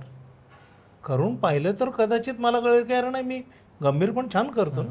नाही, आणि विनोदात सुद्धा समज हा स्लॅपस्टिक कॉमेडी करणार आहे तर त्याने एक विनोदी चर्चानाट्य पण करावं, की ज्याच्यात फक्त चर्चेतनं विनोद निर्माण होतो, विविध पद्धतींनी विनोद निर्माण होतो ना, तर त्या सगळे जॉनर हाताळण्याचा खरं तर प्रत्येकानेच प्रयत्न, कारण कलावंताचा जिवंतपणा त्यातच आहे. गायन ही ना वेगळी कला आहे की त्याच्यात त्याचा रियाज वेगळा आहे संगीताचा, आणि अभिनय आणि कलाक्षेत्राचा रियाजच वेगळा आहे. हो, तो संगीताच्या रियाजाला तुम्हाला एक ठिकाणी बसावं लागतं आणि अभिनय दिग्दर्शन लेखनाच्या रियाजासाठी तुम्हाला बसल्या जागेवरनं जाऊन फिरावं लागतं. इतका उलटा आहे त्याचं चिंतन. तो आतला प्रवास तो आहे. आतला प्रवास संगीताचा आहे. प्रवास खूप आतला आहे. हा खूप निरीक्षणाशी संबंधित आहे. तुम्हाला जगात फिरलं पाहिजे आणि तुम्ही शांतपणे संगीतात जसं रियाजानंतर बुवा उठून बाहेर जातात ना, तर अभिनय दिग्दर्शन किंवा ह्या कलेतल्या बुवाने फिरून येऊन नंतर शांतपणे बसून चिंतन केलं पाहिजे की मी आज काय माझ्याकडे, कारण त्याला ते मांडायचंय. त्यामुळे ह्या दोन ना अशा उलट्या प्रोसेस आहेत. इकडच्या बुवाने तानपुरा लावायचा, 8 तास बसायचं आणि मग शांत हवेत फिरून यायचं. इकडच्या बुवाने उठायचं, फिरायचं आणि मग शांत घरी बसून आज मला काय मिळालं याचं चिंतन करून सगळ्या भावभावना, पाहिलेल्या निरीक्षण केलेल्या गोष्टींची नीट घडी घालून ठेवली पाहिजे. ते वेळेवर सापडलं पाहिजे. आणि गुरु शिष्य परंपरा सुद्धा आपल्या इथे तोही जरासा फरक आहे. इथे गुरु सांगतोय त्याच्या पलीकडे काहीतरी असू शकतं यावर शिष्याचा ठाम विश्वास पाहिजे. आपल्या इथे गुरु सांगतोय ते अंतिम सत्य नाही असं माहिती असेल तरच तो पुढे जाऊन काहीतरी करू शकतो. नाही, शास्त्र, नाट्यशास्त्र जरी आपण म्हटलं ना तरी अभिनय दिग्दर्शन याला चौकट नाहीच आहे तशी. आपण बरंच म्हणतो चौकट तोडूनच विचार करायला लागतो. गाण्यात तशी ना एक त्याला परंपरा आहे, त्याच्या काही चौकटी आहेत. चौकटी तोडणारे पण मातब्बर आहेत, पण त्यांनी चौकट तोडून पण एक अजून सुरेख चौकट तयारच केलेली असते. नाटक, सिनेमा वगैरे ह्या गोष्टींना ह्या खूप मुक्त कला आहेत. थोडक्यात सांगायचं ना तर संगीत क्षेत्र किंवा काही तू म्हणशील तर तिथे समर्पणाला महत्व आहे, तिथे सरेंडर होणं खूप गरजेचं आहे, बाकी कुठल्याही कलेमध्ये. आणि इथे तू क्रिएटिव्ह पॉईंट ऑफ व्ह्यूने बघशील अभिनेत्यालाही समर्पण जमलंच पाहिजे. अभिनेत्यालाही दिग्दर्शक आणि लेखक किंवा हे जे आहे याला त्यांना सरेंडर झाल्याशिवाय त्यांना होत नाही. पण क्रिएटिव्ह किंवा काही नवीन निर्माण करायचं असेल ना तर तुला समर्पण न करताना प्रश्न विचारणं, मुक्तपणे भरारी घेणं आणि स्वातंत्र्य घेणं ह्या गोष्टी जास्त महत्त्वाच्या आहेत. एक चाकोरीत न अडकणं हेच कला जर पुढे प्रवाही ठेवायची असेल ना तर चाकोरीत तोडणं हेच इथे जास्त महत्त्वाचं आहे. पण त्या चाकोऱ्यांबद्दलच सध्या खूप भीतीदायक गोष्टी आहेत की कुठली चाकोरी मानायची तरी नक्की कुठली. कारण रोज नवीन चाकोरी उठते म्हणते आणि म्हणते की मला तुम्ही दुखावलं. नाही ते चाकोरी नाही, ते तर वेगळाच हे आहे की तो भावना आणि सगळा जो काही तो फक्त आपल्या इथे विनोदाबाबतच झालाय असं नाही. पूर्ण समाजच असहिष्णू झालाय, सगळा एकमेकांबाबतही असहिष्णू झालाय. साधे व्हॉट्सअप ग्रुपवर पण वादावादी होते त्या पद्धतीची, काय हा असा का बोलला तो तसा का बोलला. तर तो प्रॉब्लेम तर आणि विनोदाबाबत तर ते खूपच घडलंय. म्हणजे आम्ही खूपशा मंचांवरून हेच बोललोय की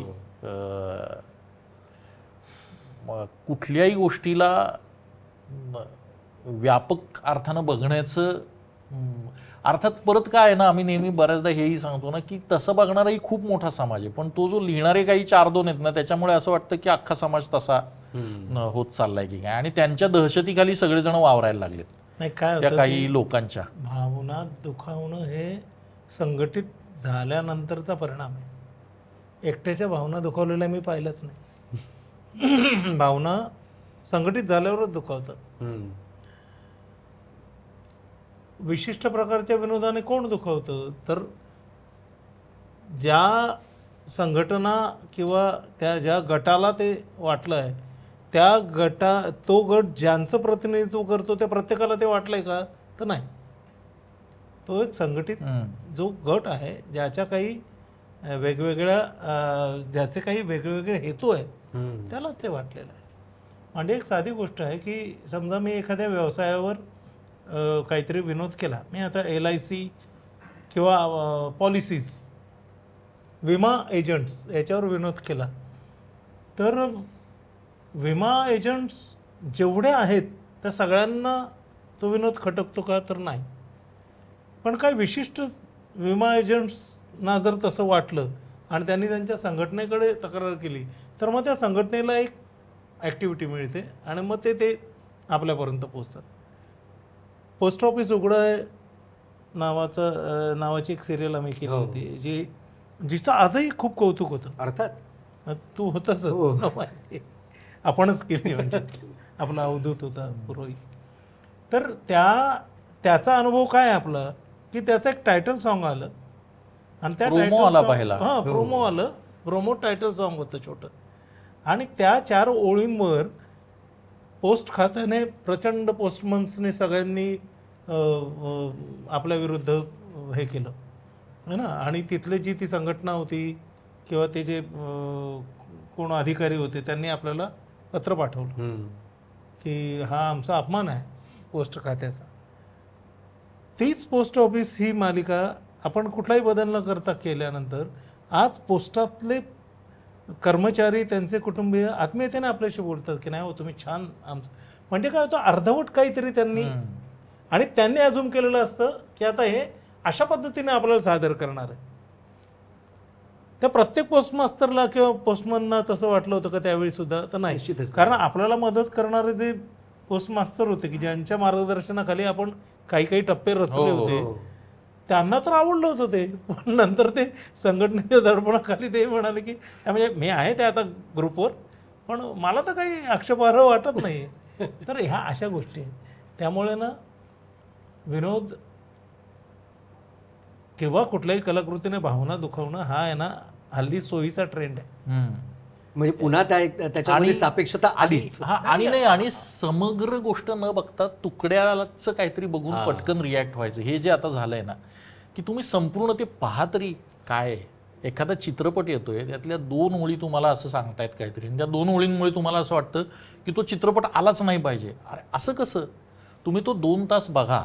म्हणजे मागे मी एका ठिकाणी इंटरव्ह्यूच्या वेळी तेच म्हटलं होतं की गाडगे महाराज ज्यावेळी प्रवचन द्यायचे ते सगळ्या लोकांना घेऊन बसायचे आणि ते म्हणायचे की अरे असा कसा देव तुमचा, जो साधा कुत्र्याला काठीने हाकलू शकत नाही, आणि हा कसा देव असेल तुमचा, किंवा जर तुम्हाला नवसाने मुलं होतात तर मग तुम्हाला नवरा कशाला हवा. आणि त्यानंतर ते म्हणायचे गोपाळा गोपाळा देवकीनंदन गोपाळा, म्हणजे देवाच्या दारात देवाचं नाव घेत घेत ते या गोष्टी बोलायचे. ऐकणाऱ्या सगळ्यांपैकी कुणालाही ते खटकायचं नाही. पण आता यातलं एकच ओळ काढून तुम्ही ज्यावेळी FBवर टाकलीत काही, तर त्याला वाटतं की अरे हा माणूस तर 2 तास देवाच्या विरोधातच बोललाय. अरे नाही, तो सगळं बोलताना त्याने तुम्ही काय चुकीचा विचार करताय, तुम्ही काय बंधुगिरीवर बोललाय. बंधुगिरीवर बोललाय. पण यासाठी तुम्ही त्या माणसाला पूर्ण ऐका तर खरं. तुम्ही त्याचे टीजर आणि प्रोमोज आणि याच्यावरून लगेच त्या सुतावरून स्वर्ग गाठतात आणि मग तो एवढा गदारोळ करतात ना की तुम्ही थांबा, ते पूर्ण काहीतरी सांगितले ते बघा. कारण तिथे जो कमिटेड प्रेक्षक असतो ना तो त्याचा समग्र आनंद घेतो. त्यामुळे त्याला त्या 4 गोष्टी कुठल्या अँगलने आल्यात, कुठल्या संदर्भाने आल्यात ना त्याला कळतात आणि मग त्याला त्या खटकत नाहीत. आणि हा जो स्क्रोल करत जाणारा प्रेक्षक असतो ना त्याला अचानक त्या गोष्टींविषयी आक्षेपार्ह वाटतं आणि मग हा म्हणाला तसं ना तो एक ग्रुप उठतो आणि मग अरे त्या पोस्टातला एक कर्मचारी आळशी आहे म्हणजे अख्खं पोस्ट खातं आळशी असं आम्हाला म्हणायचं नाही. आणि कर्मचारी नसतो का आळशी? प्रत्येक खात्यात आळशी कर्मचारी आहेत. बरं, ज्या पोस्टात जे कर्मचारी आपल्याला त्यावेळी विरोधात उभे होते त्यांना माहिती नाही त्यांच्या ऑफिसमध्ये किती आळशी होते. आळशी असतो, सरकारी सेटअप, एखादा झोपाळू असतो, कार्यतत्पर असतो, एखादा आळशी असतो, एखादा खूप काम करणार असतो, त्याच्यावर 4 जणांचा कामाचा लोड पडत असतो. पण हे सगळं करायला तुम्ही बघा आधी. सरकारी कशाला, आपल्या क्षेत्रात सुद्धा असं किती आहे. आणि ज्यावेळी 40 सेकंदाचा 4 माणसं येतील तर ते वेगवेगळ्या वृत्तीचे येतील. आणि 50 सेकंदाचा प्रोमो ज्यावेळी होतो ना कट, त्यावेळी त्यात काही लाईन्स, काही विनोदी लाईन्स एकत्र करून तो केलेला असतो. तिथं तुम्हाला सगळं थोडंच ते दाखवणार आहेत. त्या एक आकर्षण काहीतरी गोष्टी दाखवलेल्या असतात. त्याच्यावरून तुम्ही एवढं भावनांचा इश्यू प्रत्येक वेळी, आताही सिनेमांबद्दल जे चाललंय काही सिनेमांबद्दल आणि याच्या बाबत आपल्यासारख्या कार्यक्रमाला इतकं जपून करायला लागतं. म्हणजे मी सांगतो ह्या सगळ्या सेन्सॉरशिप्स ज्या आहेत, ज्याला आपण म्हणतो की इलिगल सेन्सॉरशिप, अनऑफिशियल, हे काही याला काही आधारच नाही. ह्या सगळ्या दडपणात जो विनोद आम्ही करतो ना त्याचं स्ट्रगल, त्याच्यामुळेच कंटाळा येतो ना, वाटतं आपण थांबावं. खरंच सांगतो. अन्यथा मोकळीक जर दिली ना तर खूप चांगल्या विषयांवरचे विनोद करायचं राहूनच गेलं आहे. खरं आता प्रत्येक वेळी वाटतं नाही याच्याने याची भावना दुखवेल, आणि माहिती असतं की त्याच्या पूर्ण वर्गाची नाही दुखवणार, त्या विशिष्ट काहींची दुखावेल. फक्त ते संघटित आहेत आणि त्यांच्या अपेक्षा काय आहेत. आपलं जे क्षेत्र आहे ना हे अत्यंत सॉफ्ट कॉर्नर आहे. आपण पटकन त्यांना सॉफ्ट टार्गेट आहे. आपल्याला पटकन त्यांना हे करता येतं, कोपऱ्यात घेता येतं. हेच कोणी राजकारणी बोलला बलशाली ना तर त्याच्याविरुद्ध हा वर्ग जात नाही, तिथे हिंमत नाही. पण एखाद्या चॅनलचं ऑफिस फोडणं सोपं आहे ना, किंवा मोठीच्या घरी जाऊन त्याला काळं पासणं सोपं आहे, गोस्वामीला पासणं, समीर चौगुलेला पासणं, आणि त्याची बातमी पण होईल. आणि मग बातमी होण्यासाठी आम्ही ते करतो ना. माझा एक दबाव गट तयार व्हावा म्हणून आपण करतो. उपद्रव मूल्य, न्यूसेन्स व्हॅल्यू, आणि त्याची जी चढाओढ चालली ना त्यामुळे नकळत आपण कला इतकी कमकुवत करत चाललो. खरं तर कलेमध्ये समाज समृद्ध करण्याचं, समाजाला परावर्तित करण्याचं, समाजाचं परिवर्तन घडवण्याचं, समाजाला एक अजून मोठी दिशा दाखवण्याची क्षमता असलेलं कलाक्षेत्र इतकं खुजं करून टाकलं नाही यांनी की ते आता जगण्यासाठी धडपडतं आहे. फक्त ते काय मार्गदर्शन करणार आणि काय समाजाला नवीन देणार आहे ते टिकवण्यासाठीच ते इतकं सफोकेट झालं आहे, गुदमरतं आहे. तर असं व्हायला नको, याची जाणीव ना समाजाने ठेवली पाहिजे. या समाजातनं कला, विनोद हद्दपार केला ना तर आपण परत टोळ्यांकडे जाऊ. माणूस म्हणून असण्यासाठी आवश्यक ज्या गोष्टी आहेत त्याच्यात कला आहे, त्याच्यात विनोद आहे. तुमच्या जगण्याला समृद्ध करणाऱ्या गोष्टी नकळत तुम्ही ह्या छोट्या छोट्या छोट्या छोट्या काय म्हणतात कुरापती काढून काढून त्यांना जर बंदिस्त केलं, तुमचं जगणं संपून जाईल. माणूस म्हणून समृद्ध होणं थांबेल आणि तुम्ही टोळ्यांकडे जाल. हळूहळू टोळ्या होतील आपल्या. दुर्दैवी आहे आणि हे थांबलं पाहिजे असं वाटतं. कलाक्षेत्राला मोकळीक मिळाली पाहिजे, कलावंताला मोकळेपणाने करू दिलं पाहिजे. आणि ज्या समाजात जे प्रश्न खरोखर चिडण्यासारखे आहेत ना त्याच्यावर कोणीच बोलत नाही. तुम्हाला जी आश्वासनं दिली जात आहेत ती पूर्ण होत नाहीयेत. तुम्हाला कायदा आणि सुव्यवस्था पूर्ण मिळतीये का? स्त्रियांचे प्रश्न सुटले आहेत का? लहान मुलांचे प्रश्न सुटले आहेत का? सगळ्यांना अन्न मिळतंय का? सगळ्यांना निवारा मिळतोय का? सगळ्यांना वस्त्र मिळत आहेत का? पुरेशा कुठल्याच गोष्टी नाहीत. पण याच्याबाबत जाब विचारायला कोणीच चिडत नाही. माणसं चिडतात कशावरनं तर खोट्या अस्मिता, हिने या स्त्रीने हे कपडे घातले जे आम्हाला आवडले नाहीत. अरे तिनेच कपडे नाही घातले याच्यापेक्षा तू किती मुलींना शिक्षण मिळत नाही याच्यामुळे तू जास्त पेटला पाहिजेस ना, जास्त तू लोकांना जाऊन प्रश्न विचारले आणि त्याच्या जबाबदार लोकांना प्रश्न विचारले पाहिजे ना. तर तू चिडतो काय, तर तू टिकली लावली की नाही ह्याच्यावरून तू हे करणार. किंवा कलाकारांबाबत सुद्धा या कलाकारांना अशी ऍक्शन केली आणि आमचा अपमान झाला. अरे त्याच्यावर बोलण्यापेक्षा तुझ्या अख्ख्या समाजाचे प्रश्न भिजत पडले, ते प्रश्न कोणी सोडवतच नाहीये. कारण हा म्हणाला तसं ना, तो जाब विचारण्याची हिंमत त्यांच्यात राहिली नाहीये. तो जाब विचारला तर आपण संपू अशी भीती वाटते. आणि इथे त्यांना पटकन प्रसिद्धी पण मिळते आणि एक छोटासा विजय पण मिळतो. कारण कलाकार पटकन माफी मागतो, तो म्हणतो मी परत बाबा असं करणार नाही, आणि मग त्यांना सक्सेस मिळतो, त्यांना आनंद मिळतो आणि ते लगेच समाजापुढे एक फोटो छापतात की, आणि त्यांनाही मनातली खतखत व्यक्त करायला आम्ही विजयी झालो. हा एक ना आनंद आहे छोटासा त्यांना मिळाला. इतका दुटप्पी आहे आपला समाज की कलावंताने काही जर धाडसाने व्यक्त केलं की त्याला टार्गेट करणार, त्याला ट्रोल करणार, त्या जगणं त्याचं असं हे करून टाकणार. आणि एखाद्या सामाजिक घटनेवर तो व्यक्त नाही झाला की म्हणणार हे बघा यांना कणाच नाही. हे अजून मागे एका कार्यक्रमात मी म्हणालो होतो की कलावंतांना तुम्ही बोलायला सांगताना आम्ही बोलायला नेहमीच तयार आहोत. हळूहळू कलावंतांनी एक 400-500 काठीधारींची संघटना केली पाहिजे. म्हणजे गोस्वामी आला की त्याचे 500 गुंड असतात, मग गोस्वामी काही बोलेल ना. मग तुम्ही काही बोलणार, तुम्ही गोस्वामीला नाही काही बोलणार, कारण त्याच्याकडे 500चं एक हे आहे. पण फरक तोच पडतो ना ज्यावेळेला. म्हणजे आता कलावंतांनी गुंड बाळगून व्यक्त व्हायचं का कलावंताने व्यक्त होऊन तुमच्यातल्या विसंगती दाखवायच्या आणि तुम्ही अंतर्मुख व्हायचं, हे समाजाने ठरवायची वेळ. एक्झॅक्टली. म्हणजे गुंड बाळगून जर चालायची वेळ असेल, झुंडशाहीच करायची असेल, म्हणजे झुंडशाहीच्या मताला किंमत आहे आपल्याकडे, तुझ्या चिंतनाला काढीची किंमत. आणि 6 महिन्यापूर्वी बोललेले नेते 6 महिन्यानंतर पूर्ण विरुद्ध काहीतरी बोलायला लागतात.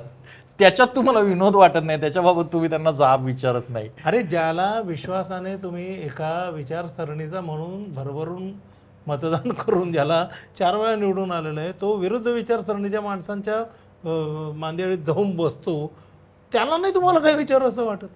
हां, तो तुमचा हिरो असतो, तो हिरो असतो. आणि कलाकाराने काही थोडंसं इकडं तिकडं काही, त्याने नुसती शैली बदलली तरी तुम्ही त्याला शिव्या घालतात, त्याने नुसतं चॅनल बदललं तर तुम्ही त्याला ट्रोल करतात. तो कलावंत आहे, त्याला अधिकार नाही. त्याला जिथं व्यक्त व्हावं असं वाटतं तो त्या प्लॅटफॉर्मवर जाऊन व्यक्त होईल. किती वाईट गोष्टी ते. एक पक्ष बदलून गेलेल्याविषयी तुमची हिंमत नाही बोलायची, कारण तुमच्यात धैर्य नाही. एखाद्या कलावंताने एखादा शो सोडून तो दुसऱ्या शोमध्ये गेला तर तुम्ही त्याला ट्रोल करत बसतात. प्रत्येकाला आपापल्या प्लॅटफॉर्मवर, वेगवेगळ्या प्लॅटफॉर्मवर स्वतःला ट्राय करण्याची पूर्ण मुभा आहे की नाही? कसल्या अस्मिता आहेत आपल्याकडे, या इतक्या त्रासदायक आहेत ना, या क्लेशदायक गोष्टी आहेत. हो, म्हणजे तुम्ही जे मगाशी म्हणाला की एक झुंडशाही करून चालायची वेळ येते की काय, पण मला नाही वाटत आपण कलावंत तसे कधी करू. नाही, ते होणार नाही. कारण झुंडशाहीमधून डिस्ट्रक्शन होतं आणि आपण क्रिएटिव्ह विचार करण्याचा प्रयत्न करतो, क्रिएटिव्ह गोष्टी करण्याचा प्रयत्न करतो. नाही, फक्त ना तुला बंधनं येतात. म्हणजे काय होतं ना की तुझ्यात सत्य सांगण्याची क्षमता कमी होत जाते. तुझ्या मेंदूलाच ती सवय लागते की तू हळूहळू ना अर्ध सत्यच मांडत जातो. आणि कलावंत जर अर्ध सत्यच मांडत असेल तर त्याची गरज काय आहे समाजाला? अर्ध सत्य मांडणारे तर खूप माध्यम आहेत आपल्याकडे. कलावंताकडनं खरेपणाची अपेक्षा असते ना, पत्रकारांकडनं खरेपणाची अपेक्षा असते. सगळेच वर्ग जर अर्ध सत्य मांडायला लागले तर या समाजात काहीच घडणार नाही ना. हो, म्हणूनच म्हणतात ना, a true art always disturbs the comforted and comforts the disturb. बरोबर, करेक्ट, खूप मोलाचं वाक्य आहे. पण इथं आर्टच मुळात इतकी डिस्टर्ब आहे की तीच कम्फर्ट शोधते स्वतःच. असो, आपल्यासारख्या खूप गंभीर झालो. एक छोटासा फक्त शेवटचा प्रश्न मी तुम्हाला विचारतो, याच एका ह्याला धरून, की विनोद करणारा तो विदूषक, असं आपल्याकडे एक सार्वत्रिक पुन्हा आणखीन एक समज आहे. पण विदूषक या शब्दाची व्याख्या आपण बघितली तर ज्याला सगळ्या विद्वत्ता प्राप्त आहेत तो खरा विदूषक. म्हणजे विनोद ही सुद्धा खूप हुशारीनं करण्याची गोष्ट आहे, ज्याला आपण सवंग समजतो तसं नाही आहे. म्हणजे तुम्ही आता हे सगळं सांगितल्यानंतर लक्षात येतं की ह्या सगळ्या म्हणजे तो काय म्हणतात आता, म्हणजे अर्जुनानं जो असा तो मत्स्यभेद जो केला होता, एक चक्र भावनांचं फिरतंय, एक चक्र टायमिंगचं फिरतंय, एक चक्र TRPचं फिरतंय, त्याच्यात एक मासा कुठला तरी एका परिस्थितीचा आहे आणि त्या परिस्थितीवर बरोबर अचूक नेम साधत त्या डोळ्याला आपल्याला बाण मारायचा आहे, अशी ती सगळी अवघडच परिस्थिती आहे. तर ह्या सगळ्या ह्याच्यामध्ये विदूषकांना किंवा विनोद करणाऱ्यानं, त्या कलावंतानं विद्वत्तेची कास कशा प्रकारे धरली पाहिजे नेमकी?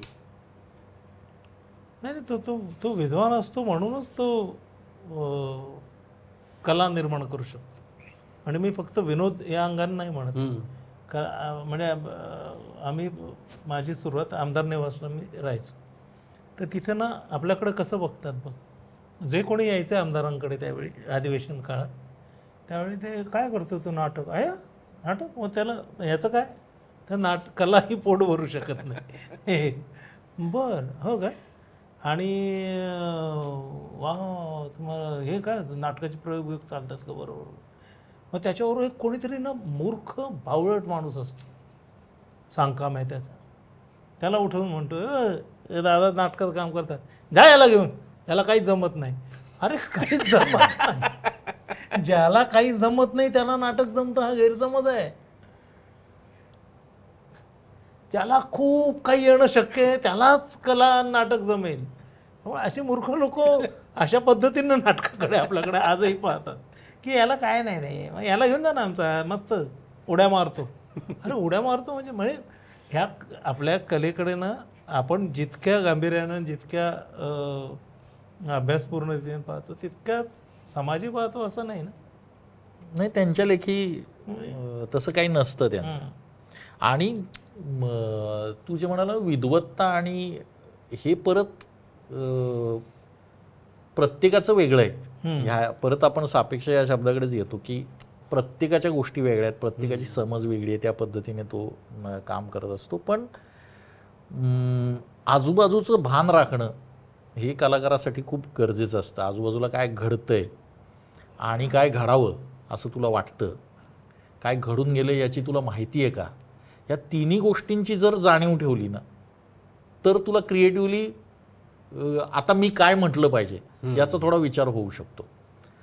म्हणजे मी हे कुठल्या अर्थाने म्हणतोय की जो नीट विचार करतो त्याच्यासाठी मी म्हणतोय. अन्यथा ज्याला जसं हवं तशा पद्धतीने कलाकार काम करतायतच आणि प्रत्येकाला वाटतं की माझा वकूप चांगलाच आहे आणि मी चांगल्याच पद्धतीने काम करतोय. आज आम्ही दोघे म्हणतो की आम्ही असं, तू आम्हाला म्हणतोय छान विनोद करताय वगैरे, पण आम्ही अत्यंत वरवरचा विनोद करतोय असंही वाटणारा एक माणूस असतोच ना. किंवा मुळात विनोद ह्या प्रकारालाच की भारतात विनोद दर्जेदार नाहीच आहे असं म्हणणारही खूप, मराठीत दर्जेदार विनोद कधी होणार असं लिहिणाऱ्या कित्येक कमेंट्स असतात. किती सिनेमा, विनोदी सिनेमा नॅशनल आहे आपल्याकडे की, कारण विनोदाकडे बघण्याचा दृष्टिकोन तसा आहे तो. म्हणजे सिनेमा केल्यावरच म्हणतात हा काही आवडता नाही आहे पिक्चर, लोक हे ठामपणे ठरवण्या इतका विनोद बाजूला आहे. आणि ते तुला विदूषक, तू जे म्हणालास ना की सर्कसमधला जो विदूषक असतो ना तो हत्तीबरोबर पण खेळतो, तो त्या पक्ष्यांबरोबर पण खेळतो, तो नंतर ट्रम्पिजमध्ये त्याचीच पॅन्ट निघते, तोच उलटापालटा होऊन खाली पडतो, तो वाघ आल्यावर सुद्धा मस्करी करायला तोच जातो आणि तिथून कुणीतरी फटका मारल्यावर येतो. म्हणजे विदूषकाला सगळे खेळ यावे लागतात. त्याच्याकडे थोडं जास्तीचं प्रावीण्य त्याच्याकडे, कारण त्याला सगळं माहित तरी सुद्धा लोक म्हणतात हा विदूषक आहे, याला काहीच येत नाही. म्हणजे ते करत असताना सराईतपणे करता करता तो चुकतोय. मग सराईतपणे करत असताना चुकण्याचा अभिनय सगळ्यात कठीण अभिनय. तर त्यामुळे याच्यावर करतो वर झोपाळ्यांवर त्यात तिथले जे प्रवीण आहेत त्यांच्या इतक्याच सफाईने करतो आणि तरी त्यात चड्डी हातात येते आणि तो विनोद तयार करतो. त्यामुळे विदूषकाला सगळं यावं लागतं, विदूषकाला अख्खी सर्कस यावी लागते. पण त्याच वेळी जेव्हा प्रेक्षक म्हणतात ना हा मूर्ख आहे, याला काहीच कळत नाही, किती बावळट आहे, हे सुद्धा त्याला हसत हसत ऐकून घ्यावं लागतं. खूप मोजके असतात ज्यांना माहिती असतं यारी नाही ह्याचं महत्त्व वेगळं आहे, ह्याला कळतात सगळ्या गोष्टी, तर ते मोजकेच असणार. हे सुद्धा विदूषकाला लक्षात ठेवावं लागतं की आपल्याकडे नजर जाणारी किंवा आपली व्हॅल्यू लक्षात ठेवणारी माणसं ही मोजकीच असणार. कारण इतर फॉर्म्स, इतर जॉनर्सचं महत्त्व पटकन लक्षात येतं, पटकन कळतात. विनोदी या गोष्टींचं महत्त्व कळणं किंवा त्या गोष्टींचं हे जरा कठीणच असतं. आणि आपल्याकडे कसं आहे ना की तू ज्या भूमिका करतो तसंच तुला समजतात. सतत विद्वानाच्या भूमिका करणारे पर्सनॅलिटी विद्वानाची वाटत असल्यामुळे तसे रोल मिळालेले अनेक मूर्ख नट मी पाहिलेले आहेत. सगळ्यांनीच पाहिलेले आहे की ज्यांच्याकडे सामान्य कुवतीचंच माहिती आहे. माहिती आणि ज्ञान या दोन वेगळ्या गोष्टी आहेत. तू जे विद्वत्ता म्हणालास ना ती सुद्धा त्याची फोड नीट झाली पाहिजे. विद्वत्ता ही त्या कार्याशी संबंधित असते. त्या लोहाराला अमुक वेगाने अमुक ठिकाणी मारलं की हातोडाबरोबर लागेल आणि त्या हातोड्याच्या परिणामाने ते लोह इतकं प्रसरण पावेल. याचा जो आत्मास असतो ना ते ज्ञान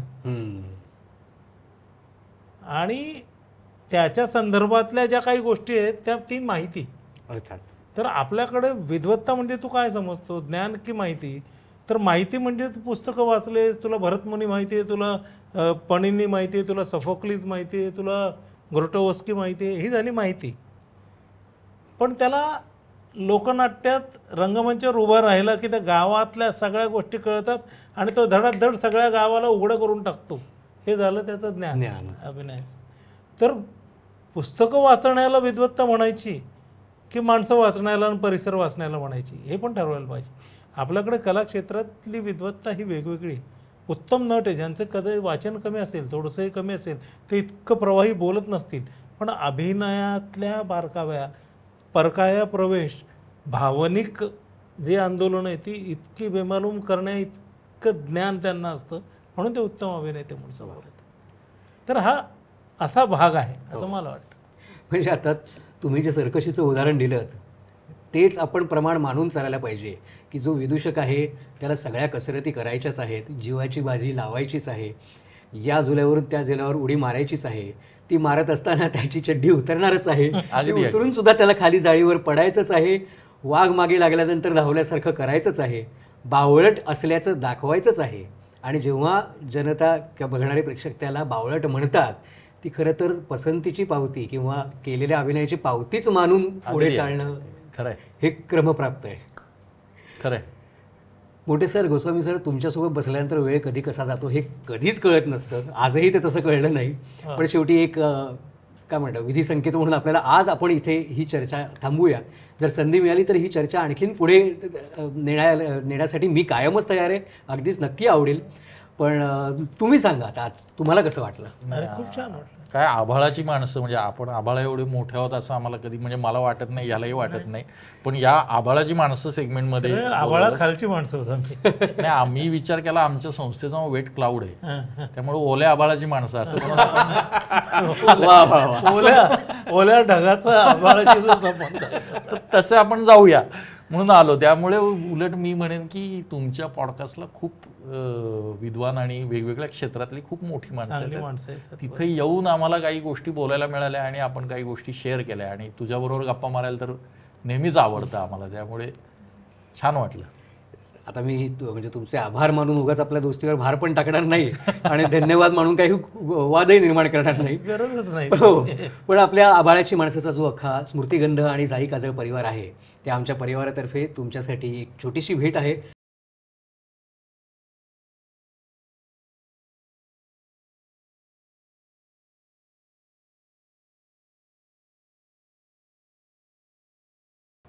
तर मंडळी, आजचा हा भाग तुम्हाला कसा वाटला या तुमच्या प्रतिक्रिया तुमच्या कमेंट्सच्या माध्यमातून आमच्यापर्यंत निश्चित पोहोचवा. आवडला असेल तर इतरांनाही बघायला सांगा आणि अशाच विविध आभाळाच्या माणसांना भेटण्यासाठी, त्यांच्याबरोबर चर्चा करण्यासाठी, त्यांचे विचार, त्यांची मतं जाणून घेण्यासाठी आणि त्यांच्याकडून खूप काही शिकण्यासाठी स्मृतिगंधचं फेसबुक पेज आणि यूट्यूब चॅनल नक्की लाईक, शेअर आणि सबस्क्राईब करा. पुन्हा भेटूया नवीन भागात. तोपर्यंत धन्यवाद.